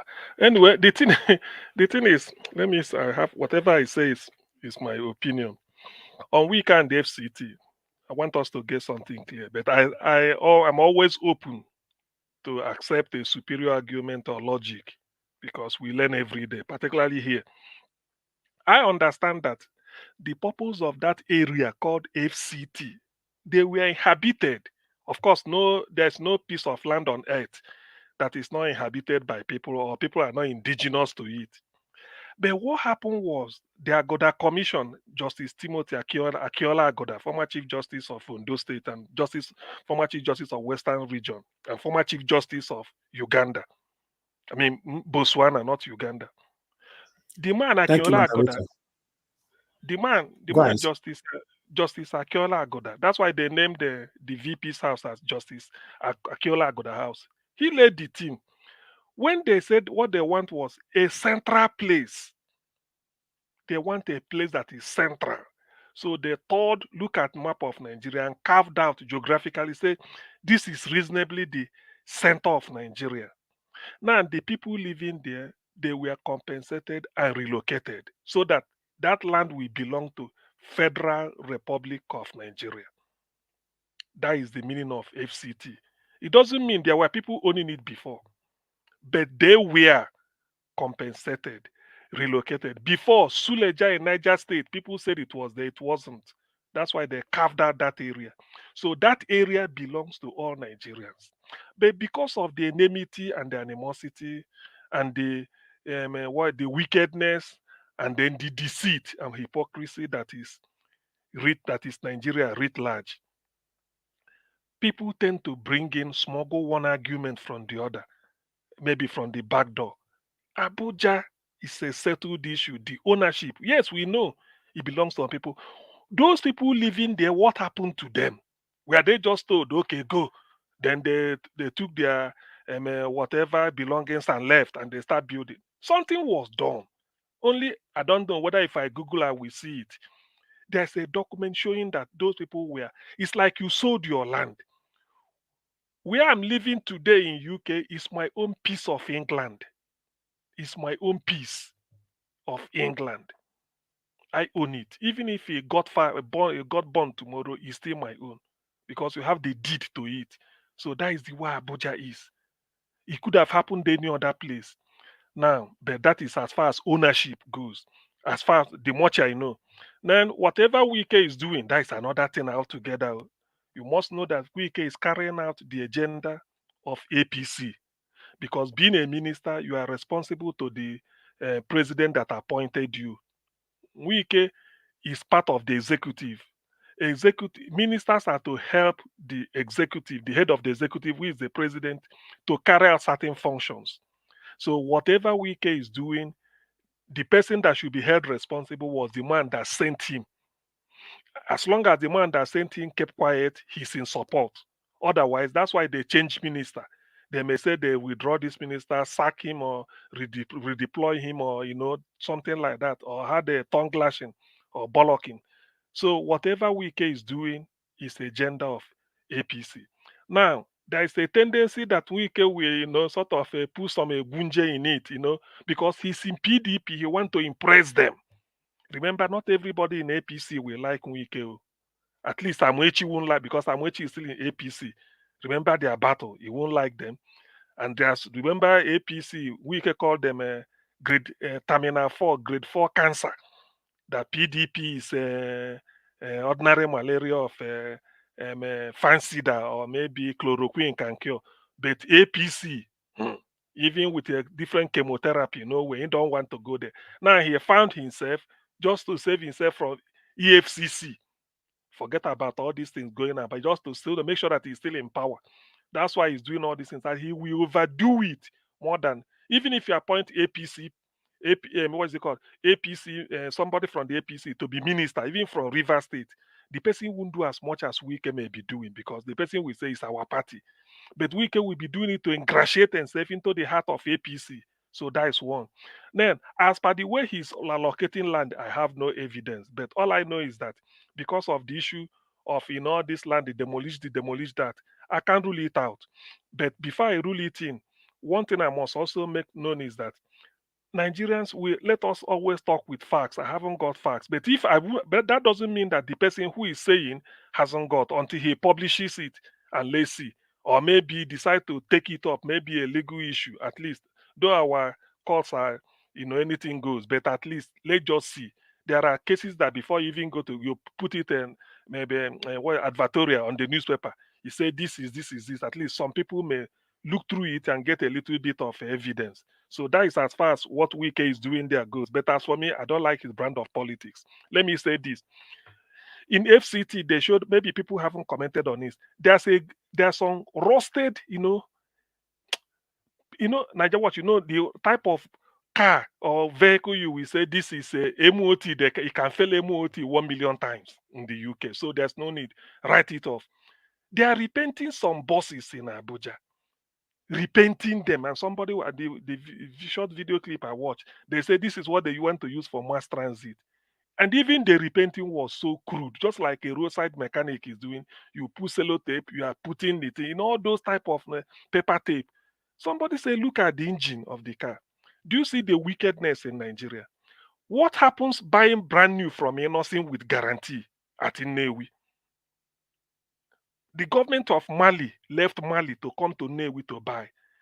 Government of South Africa asked Innocent, there is land, they come and put a plant here for us. People do not know that any BMW car you are using in Africa comes from South Africa. BMW is German, it's a German car, we know, but there's a plant that supplies the African continent in South Africa. So South Africa wanted Innocent to come and compete with BM, come and cite your this and that. Innocent said, no, I want to create job in Nigeria.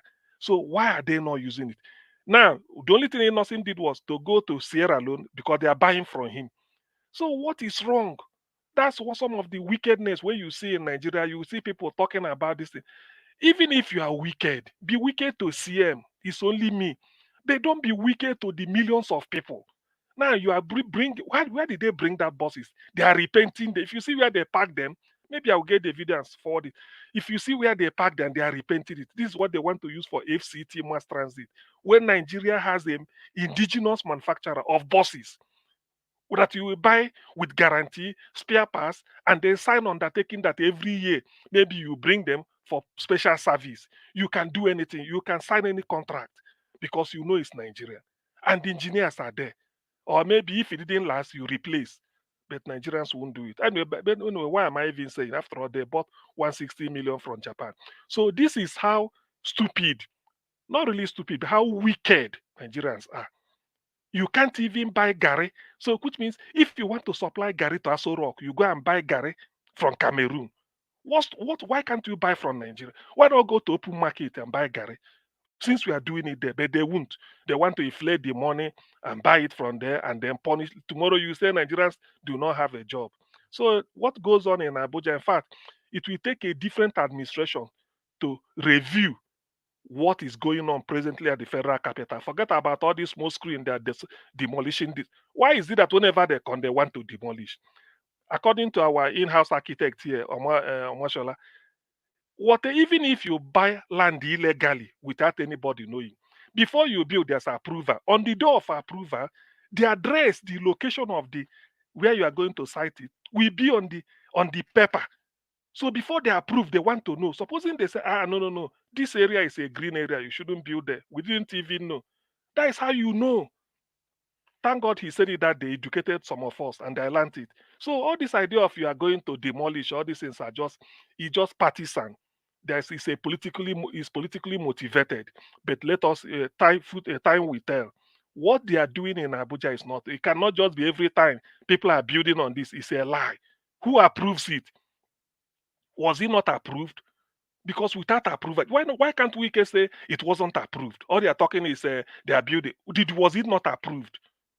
Nobody will be prepared to spend 50, 60, 100 million to build a house. And then it's just to go and get approval that they tell you that I won't get. It's a lie. I can agree that somebody built a bacha. All this, you put zinc here, you put zinc here, you put two types of plank, and then be selling a car on it. The day rain comes, the wind will blow it, or the flood will take it away. I can agree to those ones. You don't need planning. The day they say pack out, you pack out. Not talk when you want to put a mansion, build it, everything is worth millions, over 200 million. You tell me that they haven't got a plan. It's a lie. For people to have such money, they have connection. After all, what does it take to go to a planning office? And they will even if you want to know the truth, the moment you come there, the people helping you will even tell you, so guy, say that place, this is what you have to do. They will even educate you. So what are we deceiving ourselves every time they carry caterpillar? Somebody want to overdo Jesus Christ. It's rubbish. Now, on the other one of a LP PDP merger, I do not support that anyway. There's a trap. There is really no need. The issue in the political solution to Nigeria has gone beyond political party. What Nigerians should do is to come out and protest. Nigerians behaved the best they could have ever done in the last election. They didn't collect money despite all the provocation. Using naira to buy naira, you put in your old naira note, you can't get the new one. Even the old one, you can't get enough. There was no petrol. All manner of hardship. People endured it. And yet, P2B in the labor movement, they know they give shishi. And that made other parties that even if you are giving money, the people are not with you. So what else didn't they do except what? Except one. Then they now have to go and switch up the IREV. Why? According to Lai Mohammed, they don't see they've seen the pattern of result. What is what telling them in America? So there is, even if you like merge all the merge the 1 million parties, as long as you did not interrogate why P2B was disenfranchised or was rigged out, you've not started. The problem is not everybody is aware. If you do it free and fair, then there's no need for merging. Even if P2B stand as independent candidate, if there is provision for independent candidate, P2B stand as he will still win again. He will win because what the people are voting for is no longer party. People are voting for individual. It's because they see the caliber, the quality, the character called P2B. They said, no, this is the man. Even in the north, they are saying it. Some of them call here and said so. Because it's no longer party. You've tried APC for 8 years. Disaster. PDP. By the way, who is PDP? Who is APC? Rotimi Amoechi today will say I'm a APC.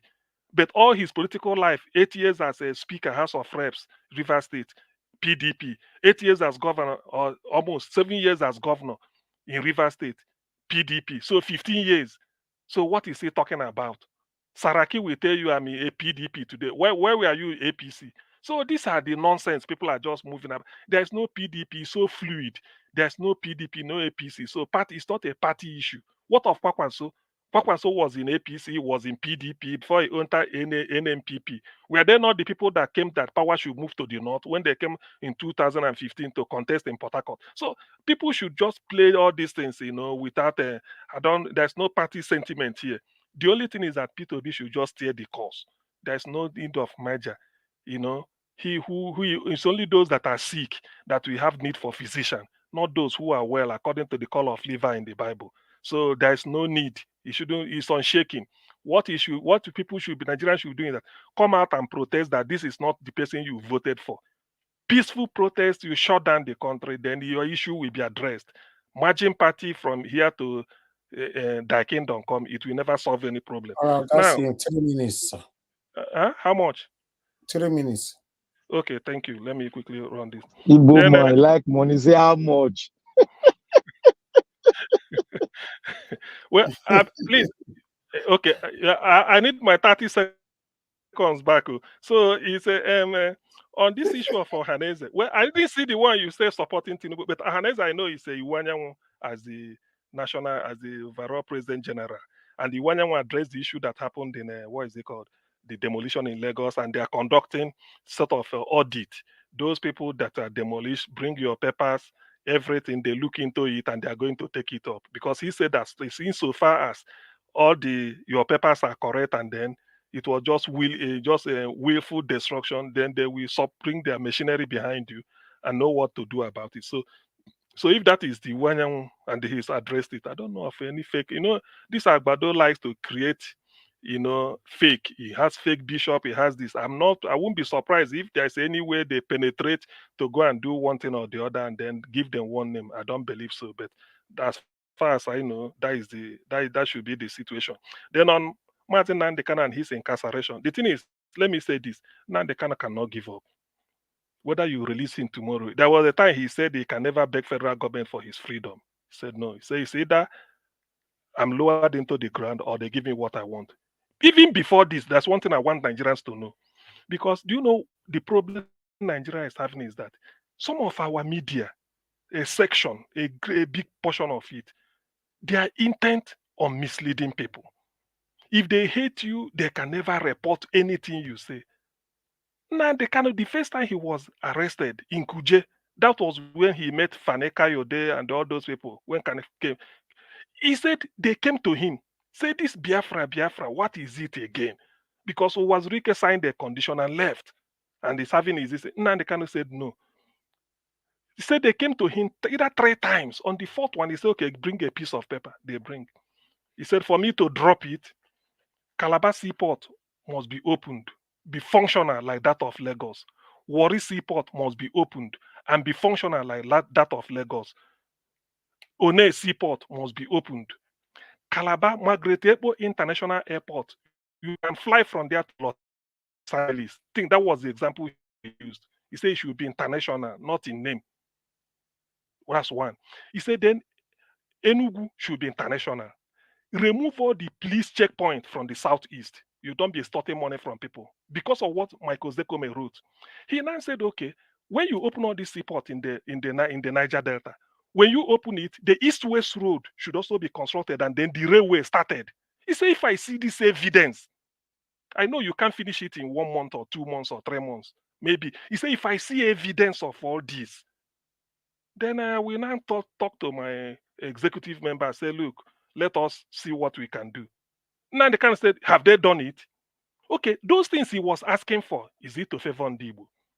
If Calabar Seaport becomes fully functional the way it is. By the way, All people, right. because, oh, is it time now? I thought it's Yes, 3. round up 1 minute, sir. Round up.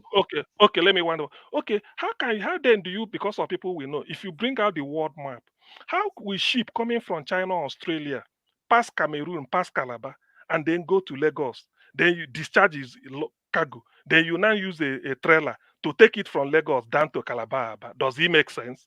You will pass Warri. Then somebody in Benin will now say, okay, I bought a car from Belgium, or I bought a car from China, all the way from China. The thing will go and bat in Lagos. Then you now go and drive it again from that place down to it. It doesn't make sense. The seaport there should be open. These are one of the things Nnamdi Kanu was asking. He said they have to dredge River Niger such that somebody at Abuja or Lokoja can take the River Niger down to the Atlantic. He said, if I see evidence of it, and yet they were building a railway to Niger Republic, but people don't represent all this. So that is his grudge. Before we then push to the wall, he said, no, we had better opt out and then do it ourselves. Thank you. Thank you, Augustine. Thank you very much. We'll come back to you again. I know you have a lot to say. You can finish the rest later on. But meanwhile, before I call on Madarita, I'd like Willie to talk to us first. Willie, please. Good evening to you, sir. Thanks for joining us today. I can see your network is not stable. Willie, are you there? Who be Willie? You look at us now, not me. Oh boy, now you.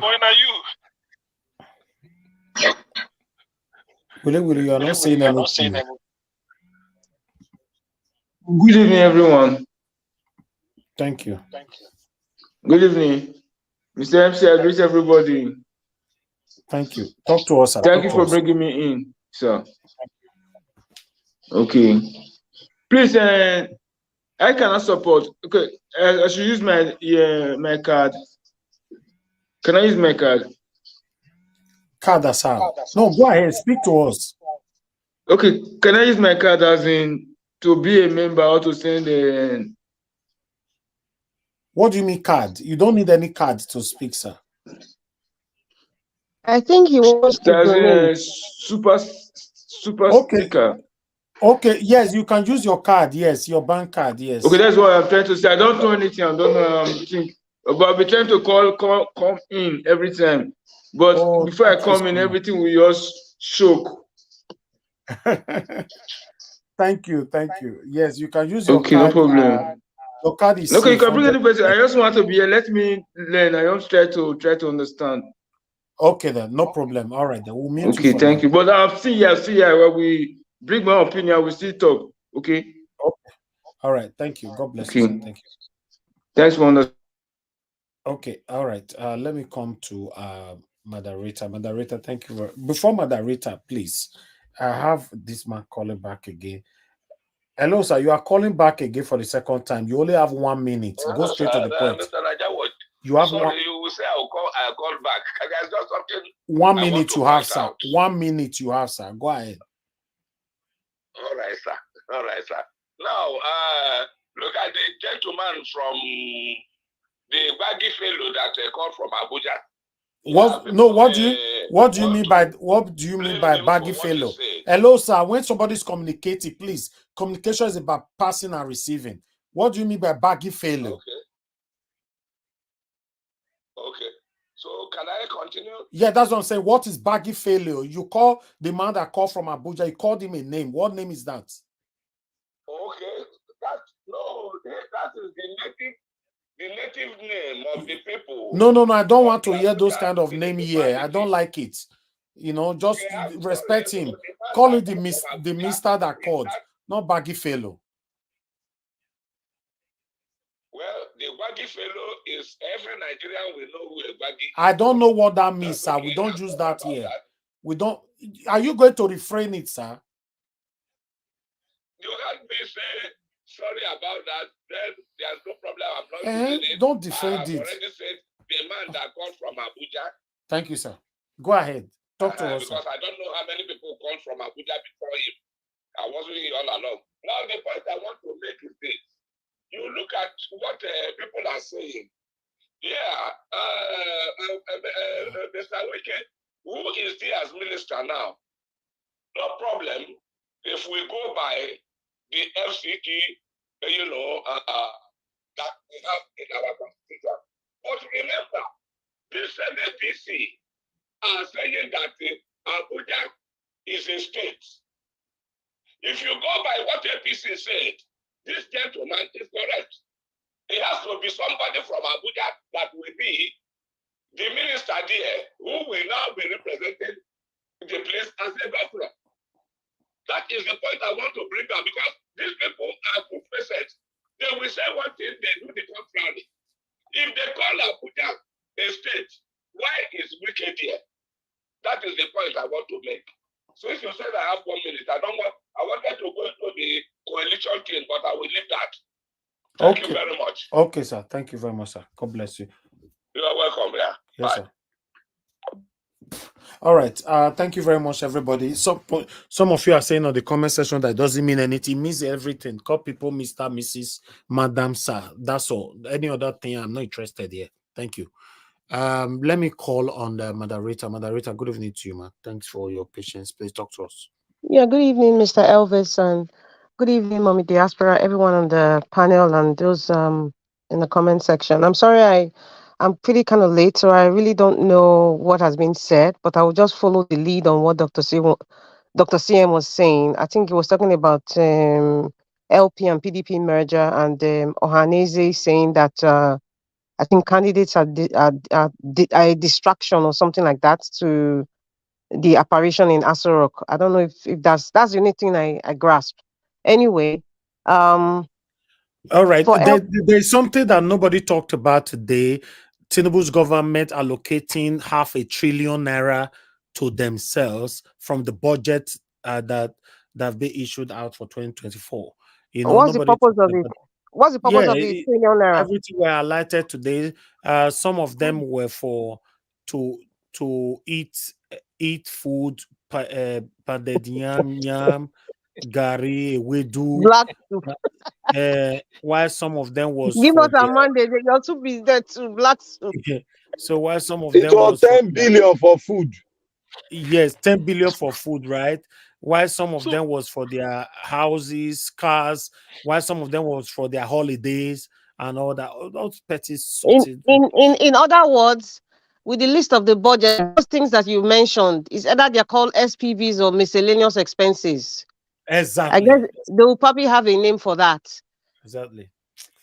I don't know whether to laugh or to frown or to curse or I cannot curse because this is Nigeria Watch. We don't curse here, but I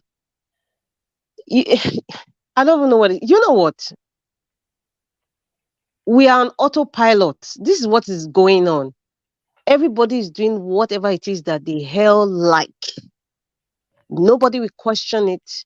Nobody dares question it because the people you expect to question it, like those ones that are sitting in the hollow chamber in the National Assembly, they will not question it because they are part and parcel of the oppressor.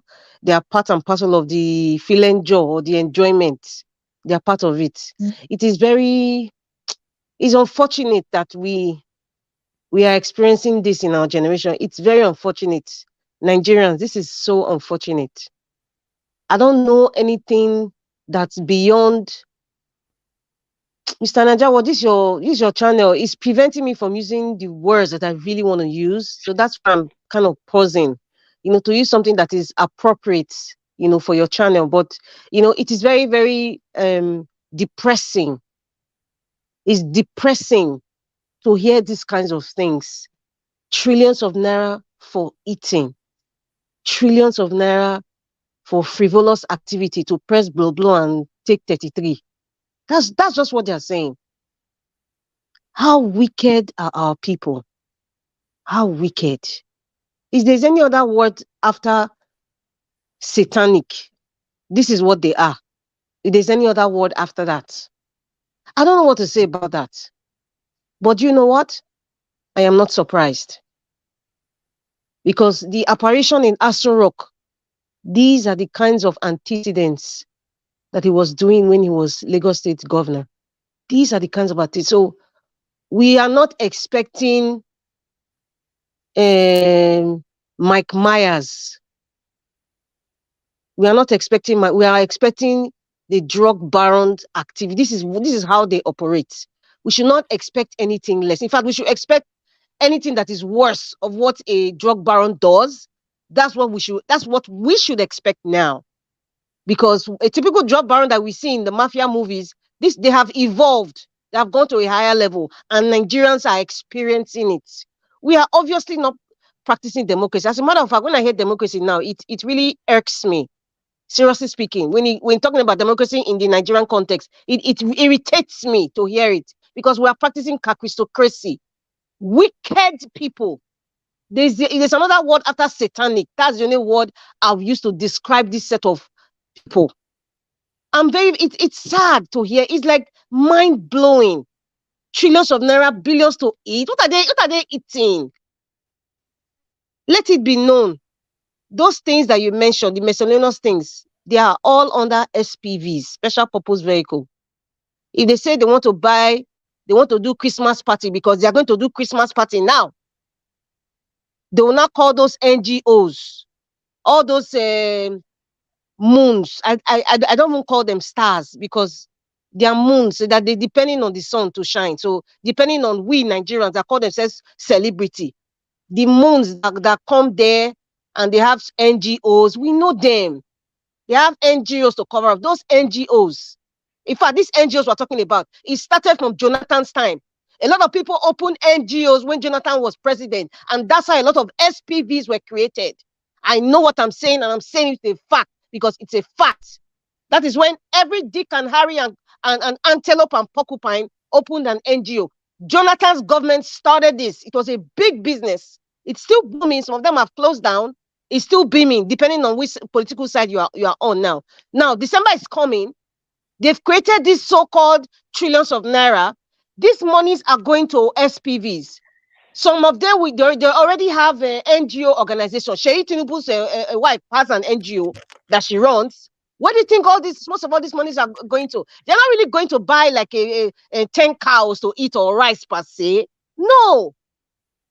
We all know, of course, they will have some for entertainment. Item 7, those press blow, they will have money for that. But majority of the money, at least I would say 90% of the money, and those things they mentioned, is for SPVs.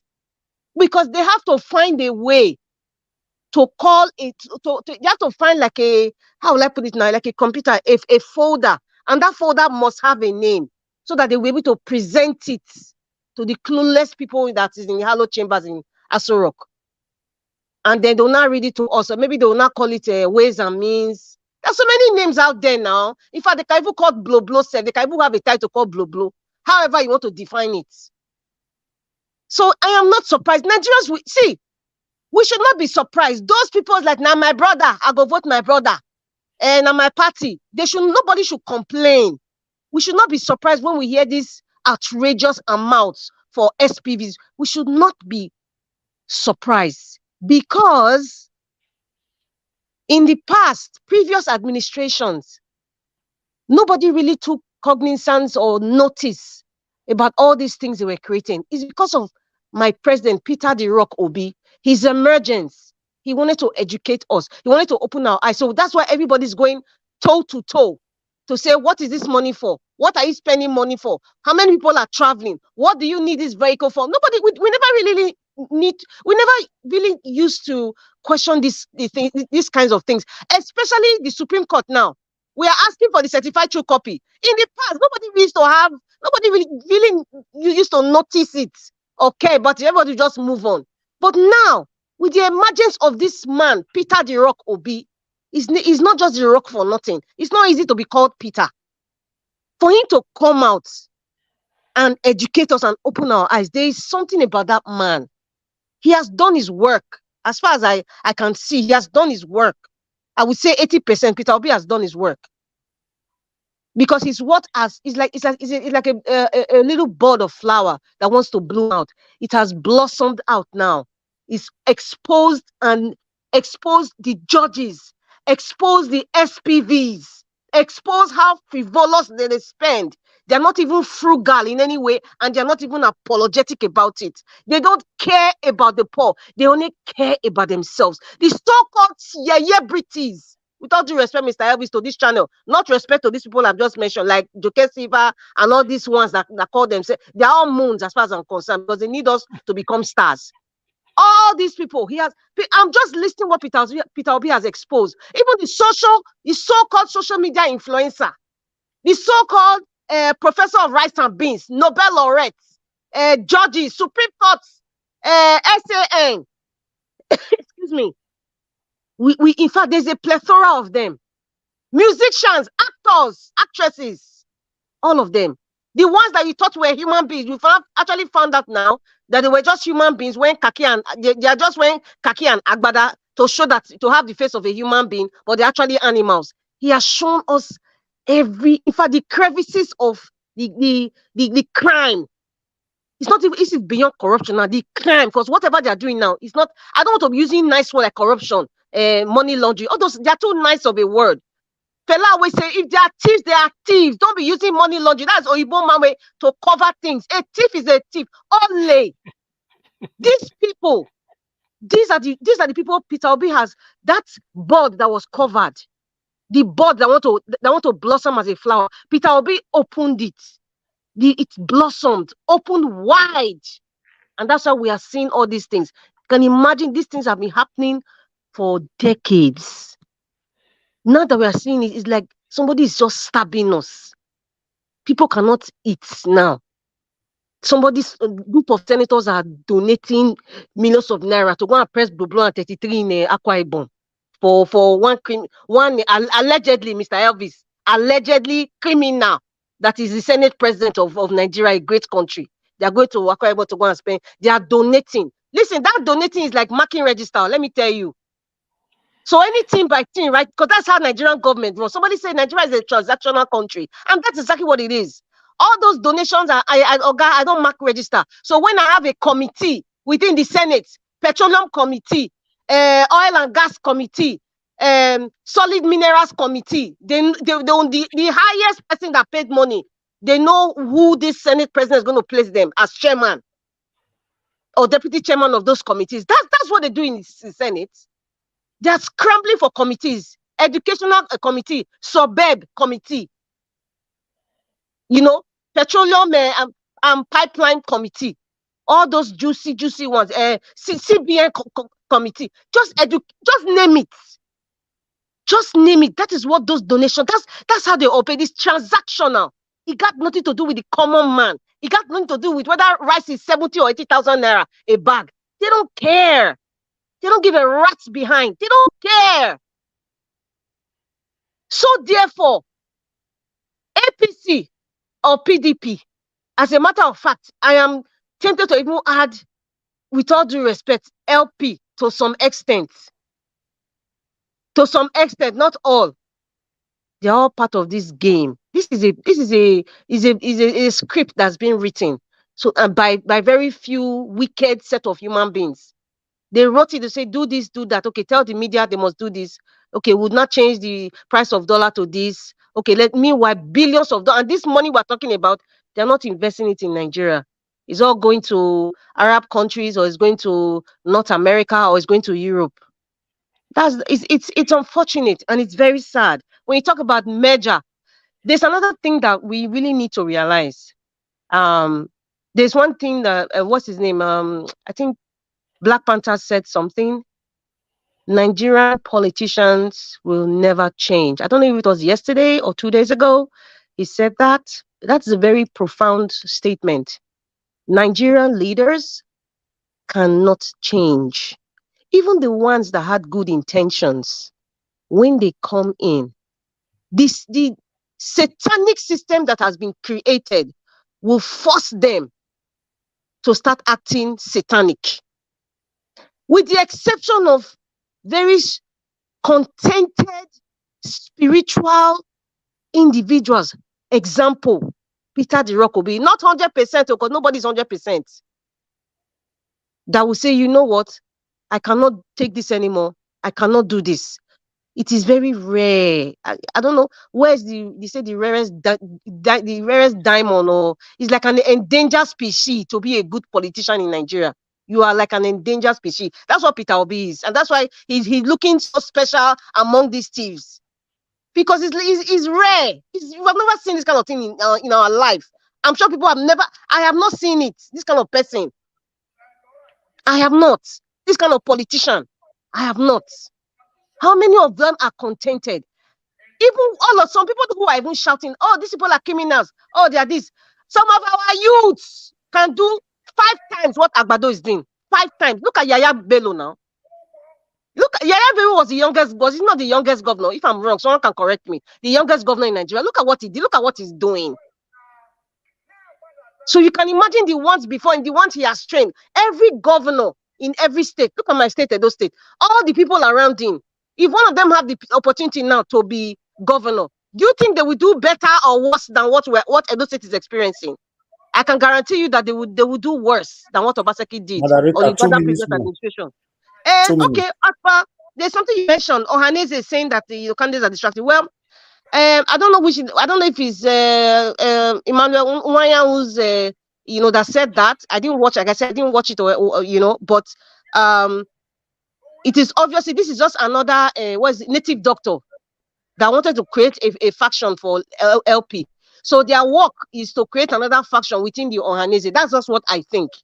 That's just what I think. Except if it's one greedy person, then that's okay. Let me shine, or let me be popular. Let me say this, or some group of people. I don't believe that. LP and PDP merger, that is like is a pipe dream as far as I'm concerned. It's not. I don't. Anybody that says, I'll just laugh, because I know that that's not gonna happen. They will try to infiltrate it. They will try to twist and turn things, but that's not gonna happen. As long as Peter the Rock Obi is there, I don't believe Peter Obi is good, because Peter Obi is not for PDP. He left PDP, so would it make sense for him to merge PDP with LP? It doesn't make sense, because he knows that if he do that, 80% of the obedience are done. We will leave. In fact, they will crash. Some of them will go back to APC. So I don't think that's ever going to happen. And that's what I have to say for now. I don't know about any other topic, but it is what it is. Thank you. Even though you know that topic, you don't get time to talk, madam. I don't know that topics. Really, I just came in. Nigeria, they send you come, Abby. You don't get time to talk. So if you don't know that topic, I'm not going to tell you. Don't worry. You won't tell me? Okay. In the private chat, I think my brothers and sisters who are there, you can type it down so at least I can put it down, and maybe in my next round I'll talk about it. Thank you. Thank you. Thank you very much. Thank you, Madam Rita. God bless you. Thank you.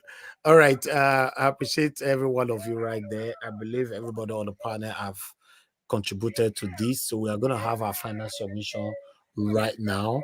So who is playing something now? Something is playing from somebody.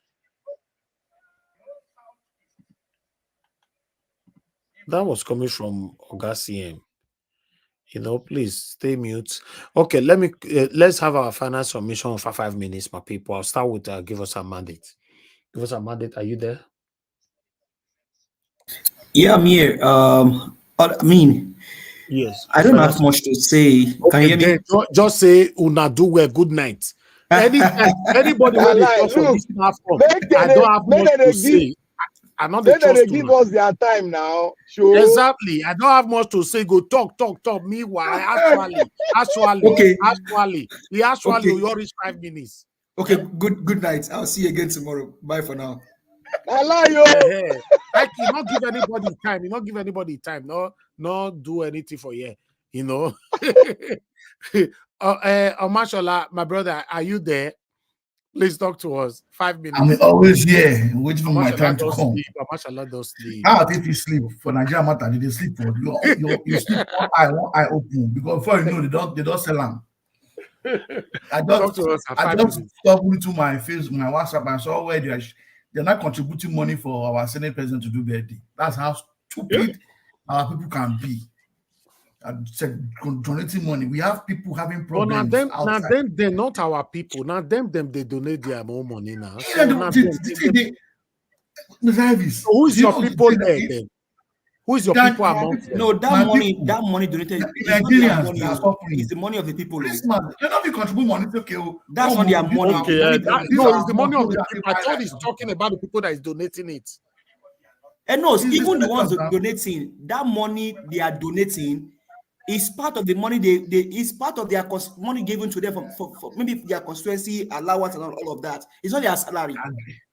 I know it's not their salary. It's part of the money they have. Now money to be in the good record exactly. of the president. I said it exactly. People are saying no Nigeria where now. I said this yesterday. The good partner so they do on the mandate or they're on the mandate of the Senate president now. They won't go do birthday. It's a pity. Now Nigerians now they pay me for where they sit down for. All right, you remain 2 minutes for your submission, mashallah. Anyway, the budget in question, we should not expect anything. When the real budget come, now we will shout. We will shout from now to tomorrow. Nothing will happen. Thief, not thief. Enough be changing skin. Thank you. All right, mashallah, may God bless you. Thank you very much for your patience with us as well today. God bless you. Okay, let me come to who is playing something? Where is that thing coming from? It's Ogasiemo. Ogasi, where do they play for your background? Whenever we mute you, the thing stop. No, it's you. It's you. He's doing transactional politics. Okay. All right. Let me come to Black Panther. Black Panther, your 5 minutes starts now, sir. Thank you, Mr. Najawa. You see, when you ask for time, Ogasi say na cash. No, he not say cash. He say how much. How much? Hey, Igbo my business, not be small thing. I like that thing. I wish I get that kind thing. I lose the focus. Thank you, Mr. Najawa. I really laugh well. You never hear away comedians they talk and say when Igbo man they count money 378 naira 300. When you ask a question, so God, what is the name of this street? You go to the name of the street is called 376 naira 300. Oh boy! Oh, thank you, Madam Rita. Thank you very much. Like I said before, Nigerian politicians will never change it. The Jesus Christ come. Agbado has just taken the Nigerian politician to another dimension. You see, there is one thing we refuse to say here, and that has been a petition being brought forward by one of the northern politicians who knows it very well. The first time in the history of Nigeria, the budget was brought in, and they could not have a copy in the box. The copy that was read to them was the same copy that they took away. I made a photocopy to the Senate president so that they can make more photocopy, but officially, it was not brought to the table on that table of the house, so that anything that changes from that one that was dropped on that table, which is the table of Nigeria House, will not be accepted. Like Madarita said, they are gangsters, mafias, drug peddlers in government. They are taking us, the Nigerian people, to another dimension. You see, when people come out, the secretary to the for his office, and it is 10 billion. My brother, don't open the OIO. Take the next eye close. Maybe they watch that 10 billion. It is in Nigeria contest. It is true. All those things coming out, in Nigeria contest. Don't throw it away. Put it somewhere. It's going to come out again, and you are going to see a lot of booby trap, and you are going to see a lot of things being submerged into that book. What do you people call it? Padding, budget padding. You people don't forget them. They will pad. This time they will pad. You people, Nigerian people are not going to see 15% for capital project. I bet you it's not going to help 15%. Because when mafia sits in the throne of power, what they do, they want to showcase their own style in a flamboyant way. They bought a yash. It is never done. Tell me any African country, president that have a yash. But when the mafias get to power, they want to showcase their own beauty in using the people's money, corruption, to beautify their governance. It has never been done before. It is only me that have done it. That is what they are doing. And for those of us calling for one Nigeria, we are calling for one Nigeria, and you are telling us, thank God, I said it, that thing about Abuja, it was gazetted. I am not talking about indigenous. I am not cackling indigenous. I was trying to explain something, that money has been paid to the indigenous people before they went into Abuja. And Abuja was a cutoff from so many states, and the government have done their own part. That is why they call it Federal Capital Territory. That is why you don't see in the Constitution a governor. That is why you see in America they don't have a senator. DC. Everybody has his own way of forming his own. That is where Nigeria, with their own giving decree constitution, that is the way we carved it out. So when we come out here to speak, we are trying to speak under the auspices of indigenous people. No, we are speaking. All right, thank indigenous people have been paid off. Thank you. They'll be settled. Don't let us now say we want to support people of Abuja because Lagos matter there. The Abuja people want to copy Lagos issue. That is why they bring about that we own this place. So somebody from the south cannot come and rule us. Remember, that same language was spoken in Lagos, the Nigeria federal capital then. It was spoken. It was not Abado that started it. They've been saying it before, but it was signed low-key. Abado voiced it out. So that is the Nigeria you see. I say if we don't come to a round table whereby we all respect our tribe, our religion, we all trash away the issue of minority or majority and have a good constitution, which we have. Okay. Nigeria has been created. Thank you. But somebody sat on the new Nigeria and give us the old Nigeria, which is an embodiment and a status quo of corruption. Okay, but let's say so corruption is another way of solving the solution. I have muted you, Black Panther. You cannot be talking and you cannot hear me. It doesn't work like that. Oh, I didn't hear you. Your thing was cut off. I didn't hear you actually. You see? Your speaker was cut off. No, his speaker was cut off. I didn't hear him. I would have stopped now. I didn't hear him. Yes, okay. Thank you very much. Sorry about that. No, it's okay. I don't know if Olumide is still with us. I'm here, Elvis. Okay, thank you, sir. Before that, I'd like to quickly appreciate Joy of Naswell. Thank you very much for the super chat. Your message, you're saying that my brothers and obedient, we need the measure to kick this Agbadoria out of power. Clearly, we lost because PDP and LP shared the votes. How we go do? Okay, that's a question to some of you that still have a submission, to pass right there. Okay, let me go to Olumide. Olumide, you have 5 minutes. 5 minutes. Go ahead. Me, Elvis? Yes, you have 5 minutes. Go ahead. Okay, thank you. So I just want to give my final submission by saying that so for me, Nigeria, as a matter of fact, it is it has been captured. So Tinubu can make of it what he wants, the way it is right now. And obviously, the results of the Supreme Court, from the Presidential Election Tribunal up onto the Supreme Court, showed us what state the nation is in right now. But what I want to say to the one Nigerian people is that we've been talking.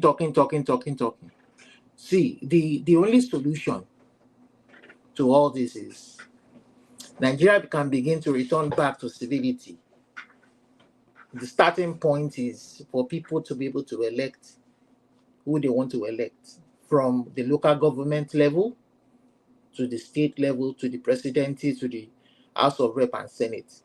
When people know that there will be consequences for their action by being voted out, maybe there will be some sort of reasoning, and ideologies will begin to be real ideologies that will want to make changes for the people who begin to shape up.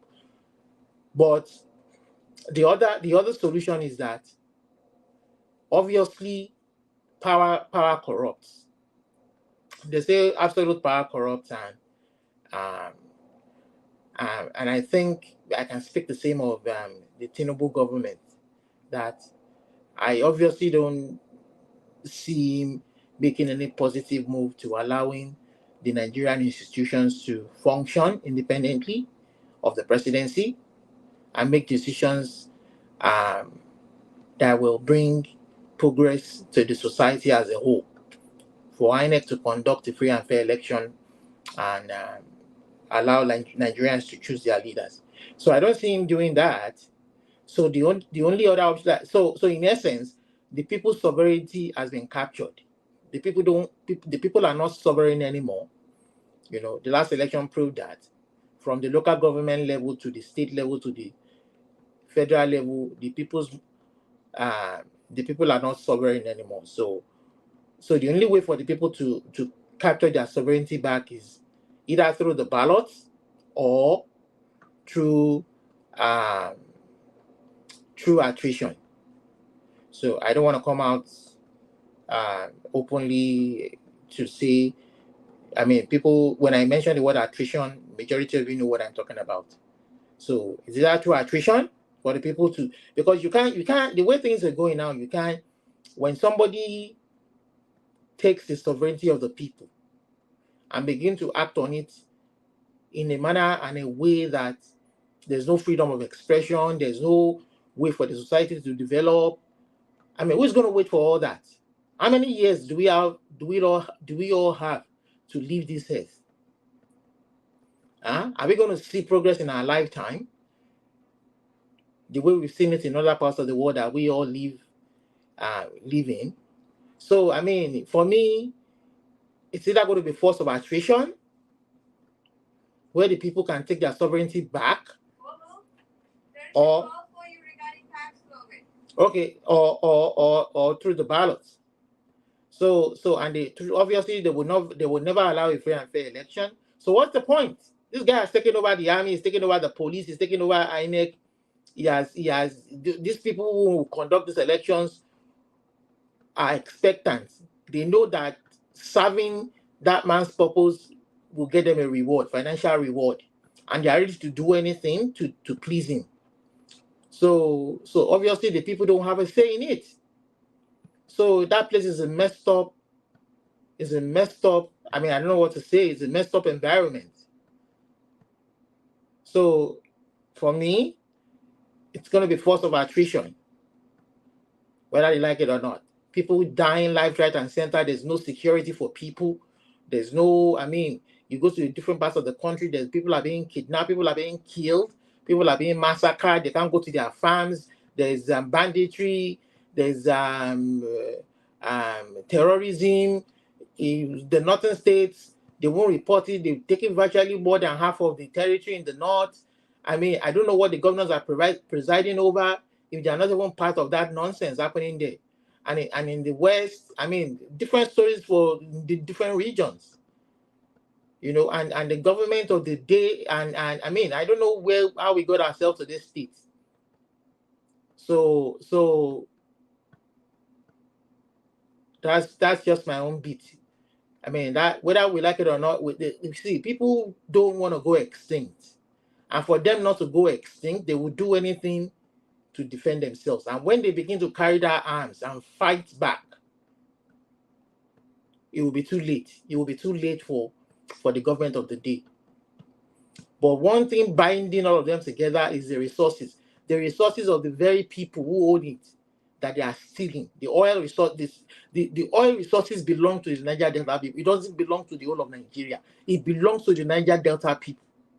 The Niger Delta people should be in control of their resources and should be paying taxes to the government. The Zamfara people own the gold and should be paying taxes to the federal government. Whatever resources is beneath the ground belongs to the people of that place, and they should be paying taxes to the government. Those taxes that you pay, it's like an agreement. When we copy things, we just copy things without even thinking about it. In America, when those states own the resources and pay taxes to the federal, it is to run so that the federal can provide resources that every state are not able to provide, like the army, like immigration, like, so those taxes are meant to run those structures that the federal controls. But we just take our own, we turn it upside down. We say it belongs to the South Side oil. It belongs to all of us. It belongs to all of us. Okay, thank you, Mr. Olumide. Thank you very much for your time with us today. Thank you for your submission. All right, let me call on I'll come to Madam before our CM. Madam, please give us your final submission, 5 minutes. Thank you very much. Thank you. My final submission will be a response to the Joel of Nashville, the one who made a comment to say that we lost to the Labour Party. She can't hear you, I guess. Hello, can you hear me? Yeah, we can hear her. Now you don't throw away your phone. I tell you yesterday. Go ahead, Madam. Which phone did they throw away? You know the phone they use. Black Panther, you are taking my time, oh. You are taking my time. In response to Joel of Nashville, you said the LP lost, because the PDP and the Labour Party shared votes. Whether you are a Miss or Mr., that is a wrong thread that you just wrote, because the Labour Party won. The second in line was PDP.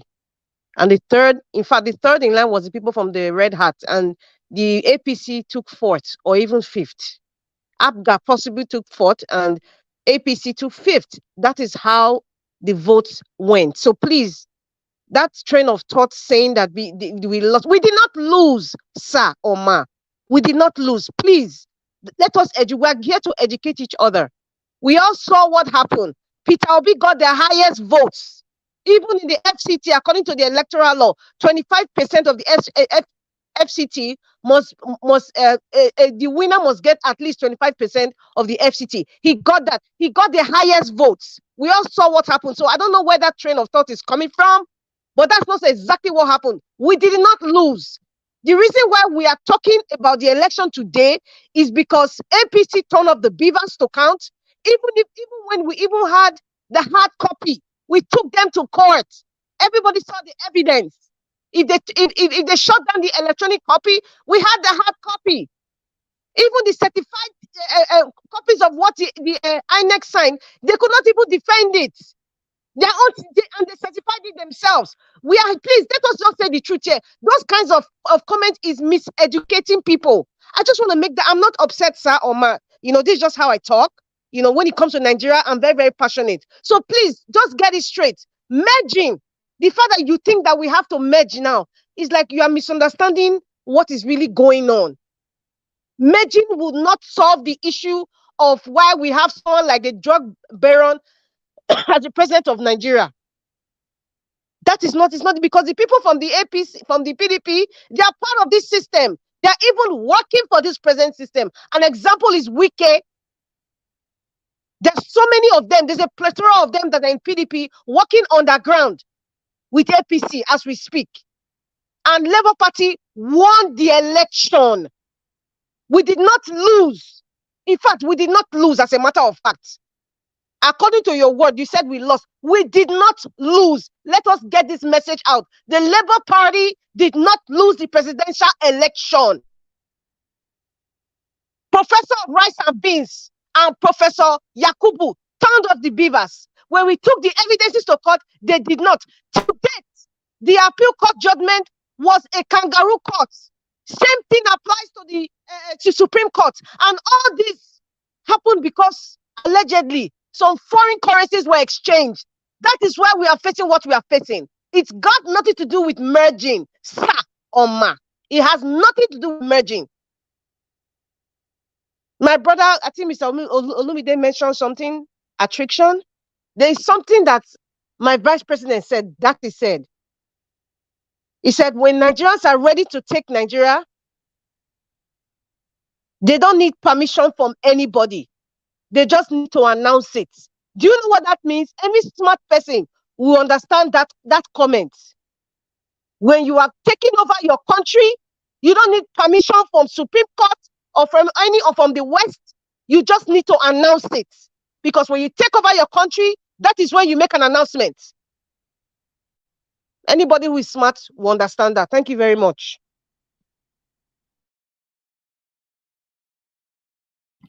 All right, Madam Rita, thank you for that response there. I believe many of us did see it coming from there. Yes, I support you 100%.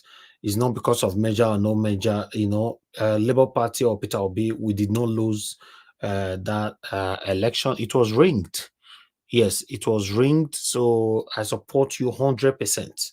It was ringed. If maybe they allow it to go smoothly the way it was going, Peter Obi won it. So Peter Obi never needed to merge with anybody or PDP and Labour Party going in different ways. That's why what happened.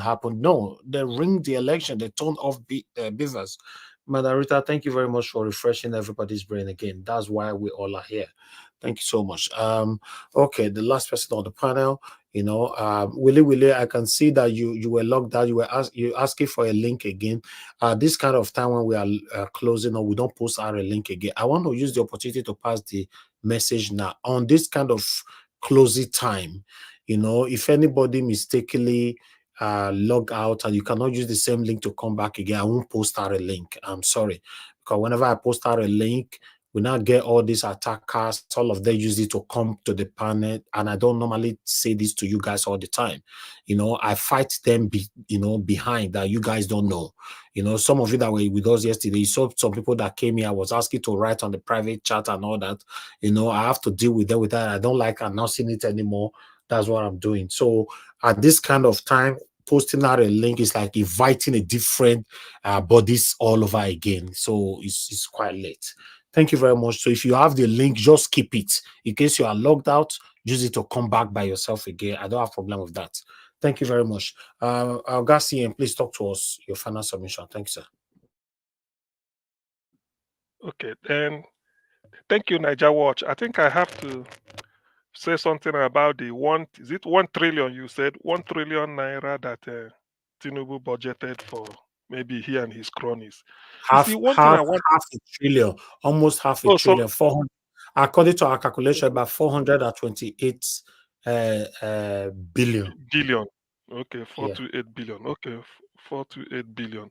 Actually, what I want people to turn their mind to is this. Why are they paid salary? If you can't use your salary to buy food for yourself, why are you paid salary? Why should Nigerian public officials be paid the food they eat? Already they don't pay rent where they are living. It's assumed to be free. Probably electricity free. The water supply to that place free. If they have dogs or sheep they are feeding is free. It shouldn't be. Why are they paid salary? And they will even take a newspaper free allowance in everything. I don't know why. You are being paid salary. What are you using your salary for? If in the end you keep it, the car you are using, official car, the petrol the people pays, your wife goes to the market to buy anything, it's official. So I don't see the need. People should, this is what should, people should interrogate. Must we continue like this? It cannot. This is just what they call fleecing the system. That is what they are doing. They are fleecing the system. But having said this, the solution should have been, and it will still be, the solutions will, if P2B is in, they know that that man will not allow all this type of nonsense. P2B won't allow it.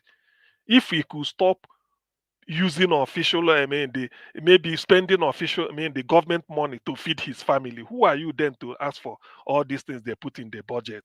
Every time you want laptop, you want computer, so billion. Every year you budget for it. This is just a system.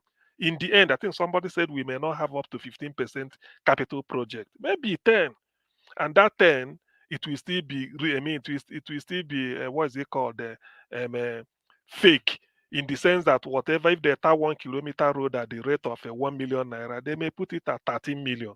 And then what do you do? So, I still maintain what I said before. Nigerians, this February 25th election showed that Nigerians are ready for change. And you showed it. You voted, the world had your voice. But what you voted for was snatched from you. What do you do? That is the issue. That's why I discount all. I don't go. I won't go along with all this strategy. Go maybe merge this party. Don't merge this party. Do the. It's a lie. You won.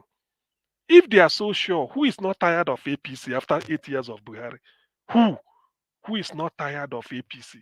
The people saw it, and P2B came in. That is what they voted for. So people telling us that maybe P2B did not lose, it's just like they switched up the view. By now, in a civilized society, Lai Mohammed should be answering questions. By the way, why should we still be having Professor Mahmoud as INEC chairman up till today? Nigerians, do the right thing. Do what the world is expecting you to do. Do it. In US, because one white police officer, killed, pied one man due to suffer, asphyxiated him with his knee on the neck. Everybody came out. Black Lives Matter. You saw it. We all saw it. That is how you react, to show that you've been pushed to you can't take it. So even with that Black Lives Matter protest, there is no way the judge sitting in any court will give a counter judgment that will not be in line with the aspiration of the people. But in this case, everybody, that's why Wike is saying Nigeria is happy with Tinubu's regime. Can you imagine that nonsense? So Nigerians, I will keep saying, Dr. Haruna Goro also released a video in which he called for people should go and listen to it. There is no basis. Only one formula will solve this. You have to protest so that the world will cover you. You will see the opinion of the world press. Finally, because that is allowed in every democracy. They do it in the West. They do it. That is how you show. You don't need to lobby anybody. You come out and say, look, this is not what you voted for. As simple as that. You don't need to be violent. All you need to just carry your placard, shut down the country. If everywhere is not working, they must be forced to tell you, then what is it?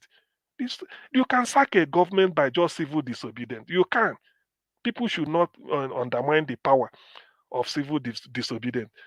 Be civil. You can sack any government. If you come out in your numbers, nobody will be in the office, and let's see what they're going to do. You can't take on the people. You cannot. But Nigerians, I don't know why people are still looking for. There is no way. If you like, look, let them conduct another whatever election tomorrow. You vote the way you voted. This will even be worse. I've never had a case whereby the Supreme Court will see forgery.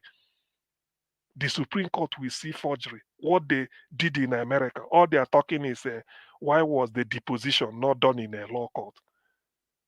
Why should you ask them where the deposition should be done? Is it not acceptable in America? So you want the University of Chicago, Chicago State University, to do their deposition in Ikeja High Court. It cannot work.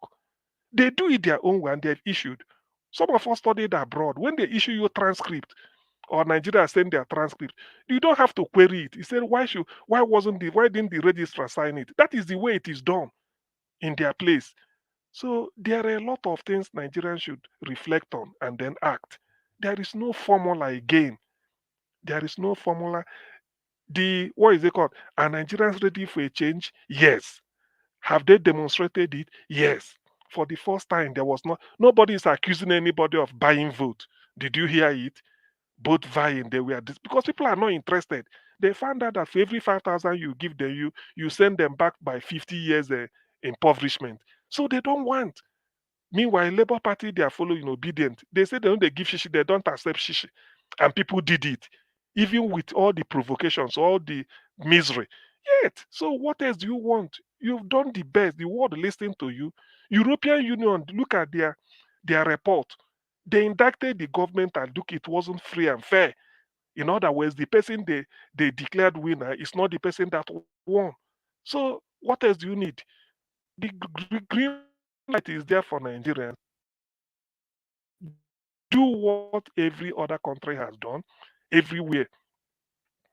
Civil disobedience, protest is a way of life. Your own cannot be different. Don't be violent. Just show that you don't want it. Then down tools.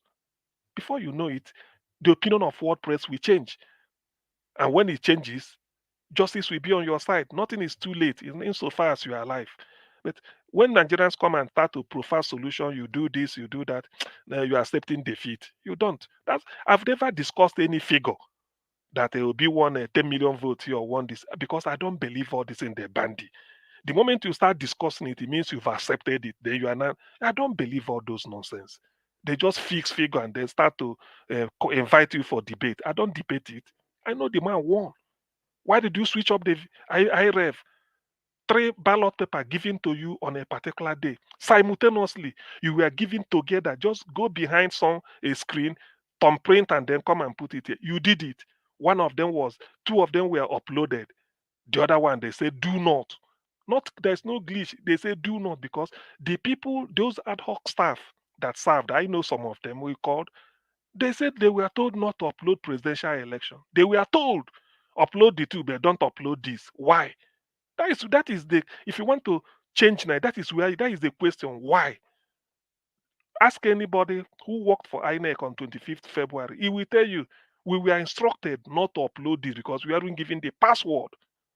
It's as simple as that. Then why? Why was that? So that is the issue. It's not a case of we didn't re-strategize or PDP and Labour Party they break themselves into 1 million and they shared vote. Anybody saying that person is incapable of independent and objective thought. I don't listen to such. It means you can't reflect. There is no amount of, if you like, go and combine all the parties and be 1 billion in population. If they switch all the beavers, what are you going to do? So that is the issue. It's not that is the issue. Why? Why was it switched off? Even the owners has come in to say our beavers was working. The owners of beavers, Amazon Web Services, AWS, said it. So what else do you need? You send a message to Yahoo email. It didn't go. You tell the recipient what is happening. He said, I didn't receive it. You contact Yahoo. Yahoo said, no, this email, there's nothing wrong with it. It's going. So who are you? Do you know more than Yahoo, the owners of the email website, the email software? So that is the issue. I want Nigerians to listen. That is the issue. You were deliberately shortchanged. And until you come out and say, look, you must give me what belongs to me, you are not going anywhere.